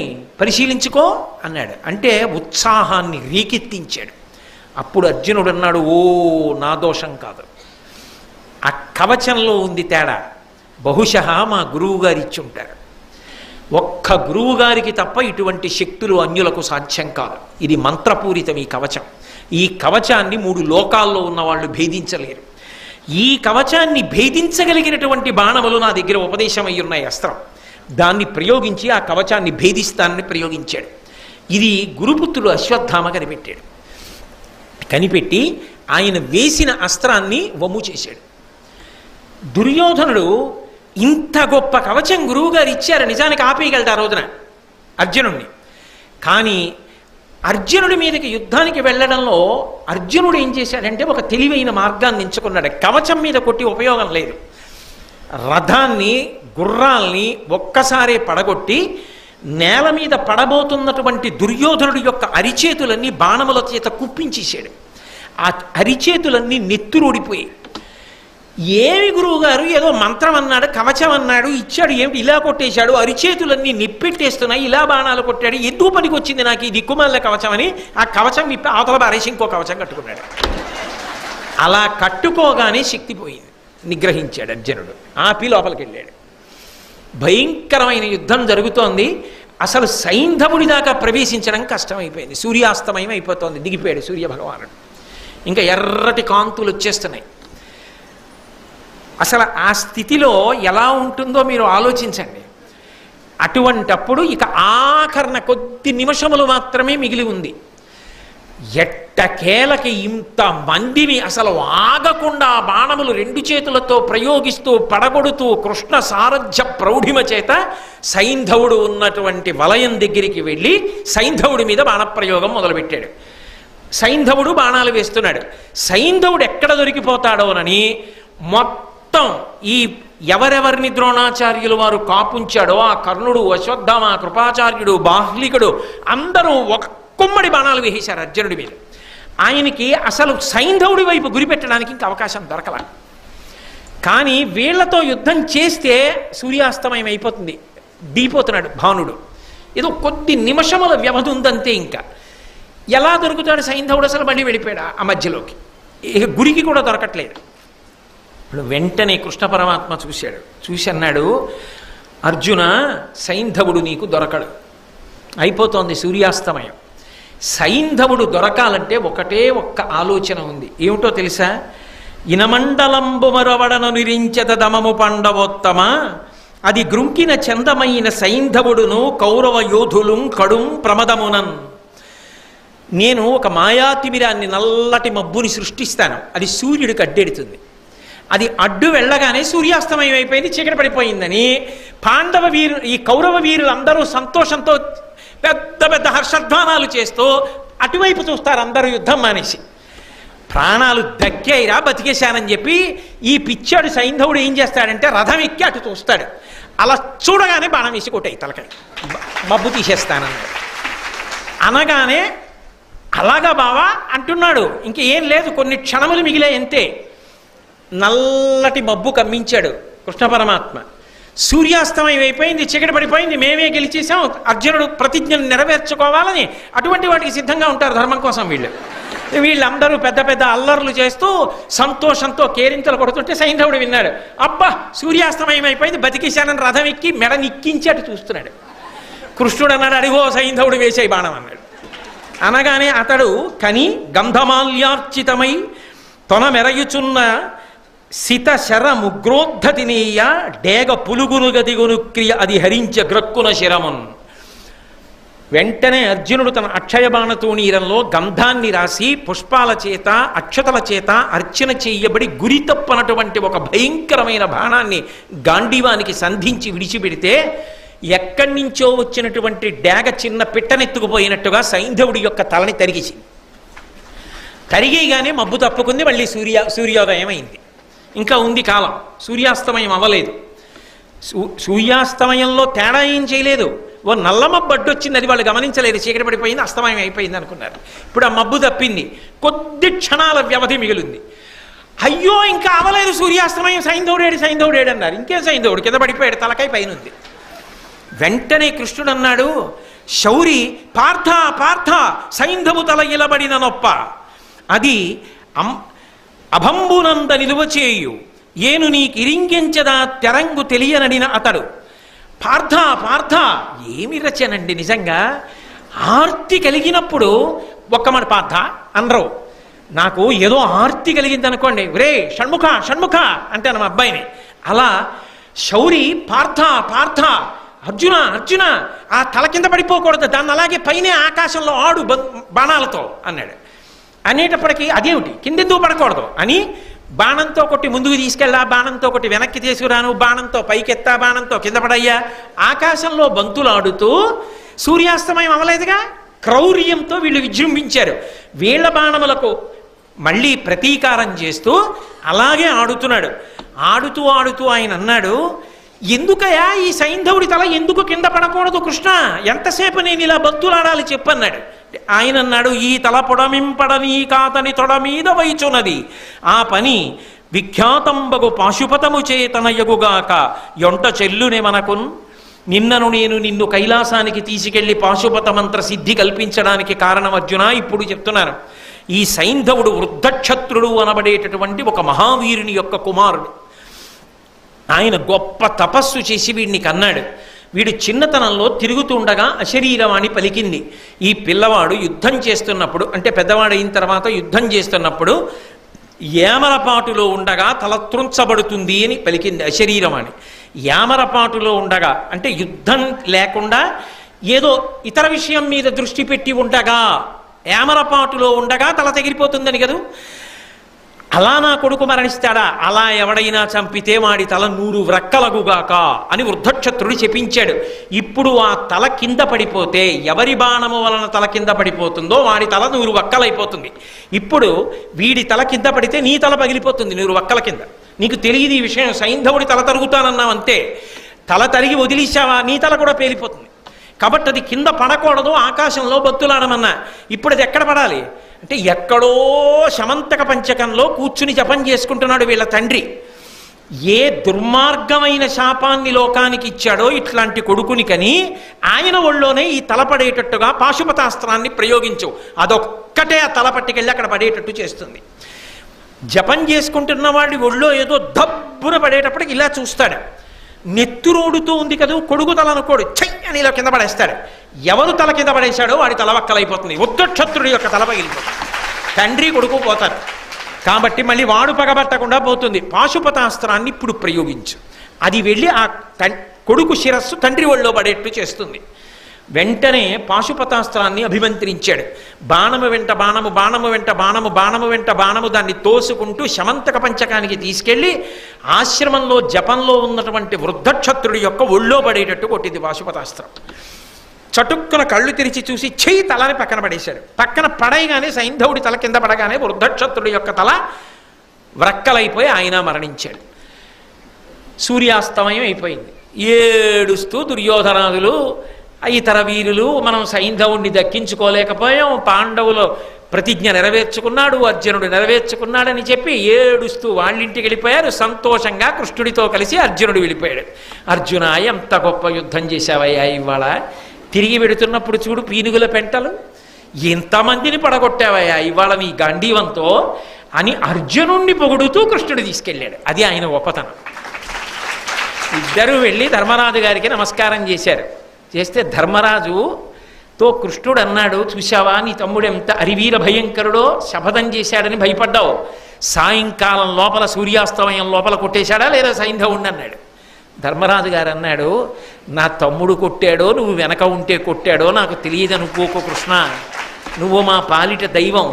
నువ్వు లేని నాడు మాకు ఈ శుభ పరంపరలు ఎక్కడ దొరుకుతాయని కృష్ణుణ్ణి కీర్తించాడు. కృష్ణార్జునులు ఇద్దరూ ధర్మరాజు గారికి నమస్కారం చేశారు. ఇన్ని మలుపులు తిరిగినటువంటి ఈ సైంధవ వధలో కృష్ణ పరమాత్మ ఒక రాత్రి నిద్ర కూడా వదిలిపెట్టి అర్జునుణ్ణి కైలాసానికి తీసుకెళ్లి మంత్రసిద్ధిని ఇప్పించి శివకేశవ అభేదాన్ని నిరూపణం చేసి అంత గొప్పగా వ్యూహాన్ని భేదించి పాశుపత మంత్రాన్ని స్ఫురణకి తెచ్చి వృద్ధక్షత్రుడి శాపం వల్ల సైంధవుడి తల కింద పడితే ప్రమాదం జరుగుతుందని పాశుపతంతో మళ్ళీ ఆ తల వెళ్ళి తండ్రి ఒళ్ళో పడేటట్టు కొట్టించాడు. కాబట్టి మహానుభావుడు అర్జునుడు బ్రతకగలిగాడు. తనని నమ్ముకున్న వారిని ఎంత కాపాడతాడో, భక్తుల్ని కాపాడడానికి కృష్ణ పరమాత్మ ఎంత కష్టపడతాడో మనం తెలుసుకోవడానికి అద్భుతమైన సాధనం. ఇటువంటి కథ విన్న తర్వాత, ఇంత సంతోషాన్ని పొందిన తరువాత మనం ఆ కృష్ణ పరమాత్మని సేవించకుండా, ఆయన పట్ల భక్తితో నమస్కారం చెయ్యకుండా నిజంగా ఎలా ఉండగలం? అంత గొప్ప గాథ సైంధవ వధ. సైంధవుడు చిన్న పాత్ర, చిన్న మెరుపు అయిన భారతంలో మనుష్యులు నేర్చుకోవలసిన అనేక విషయాలని ప్రబోధించడమే కాకుండా అన్యాపదేశంగా ఆయన అర్జునుడి విషయంలో ఇంత కీలకమైన మలుపులు తిప్పాడు. అందుకే మహాభారతాంతర్గతమైనటువంటి ఈ సైంధవ వధ అంత గొప్పదైంది. మనందరం కూడా కృష్ణ పరమాత్మకి అనేక వేల నమస్కారములు చేస్తూ ఇంత గొప్ప కృష్ణ సౌలభ్యాన్ని మీరందరూ విన్నారు కనుక ఒక 2 రోజుల పాటు సంతోషంగా మీరందరూ ఉత్సవాలు చేసుకోవడానికి అవకాశం ఇస్తూ సెలవు ప్రకటిస్తున్నాను ప్రవచనానికి. సోమవారం మంగళవారం ప్రవచనం ఉండదు. బుధవారం నుంచి మరి ఉత్సవం చేసుకోవద్దు. సైంధవుడు పడిపోయిన తర్వాత, కృష్ణుడు అంత విజయం సాధించిన తర్వాత కూడా రేపు నేను ప్రవచనం చేస్తానన్నాను అనుకోండి, మాకు ఉత్సవం చేసుకునే సమయం ఇవ్వవా అని మళ్ళీ మీరే నా మీద తిరగబడతారు. అందుకని మీరు సంతోషంగా గడపడానికి మీకు సమయాన్ని ఏర్పాటు చేస్తూ మళ్ళీ బుధవారం నాడు కలుసుకున్నప్పుడు ప్రతి మనిషి జీవితంలో తెలుసుకోవలసిన అద్భుతమైన విషయములను ఆవిష్కరించిన మహానుభావుడు, ఎవరి పేరు చెప్తే కృష్ణ పరమాత్మ పరవశించిపోతాడో అటువంటి విదురుడి గురించి చెప్పడాన్ని ప్రారంభం చేస్తాను.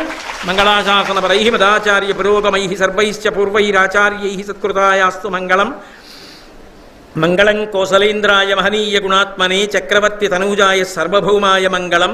ఉమాకాంతాయ కాంతాయ కామితార్థప్రదాయినే శ్రీగిరీశాయ దేవాయ మలినాథాయ మంగళం. సర్వం శ్రీ ఉమామహేశ్వర పరబ్రహ్మార్పణమస్తు. స్వస్తి.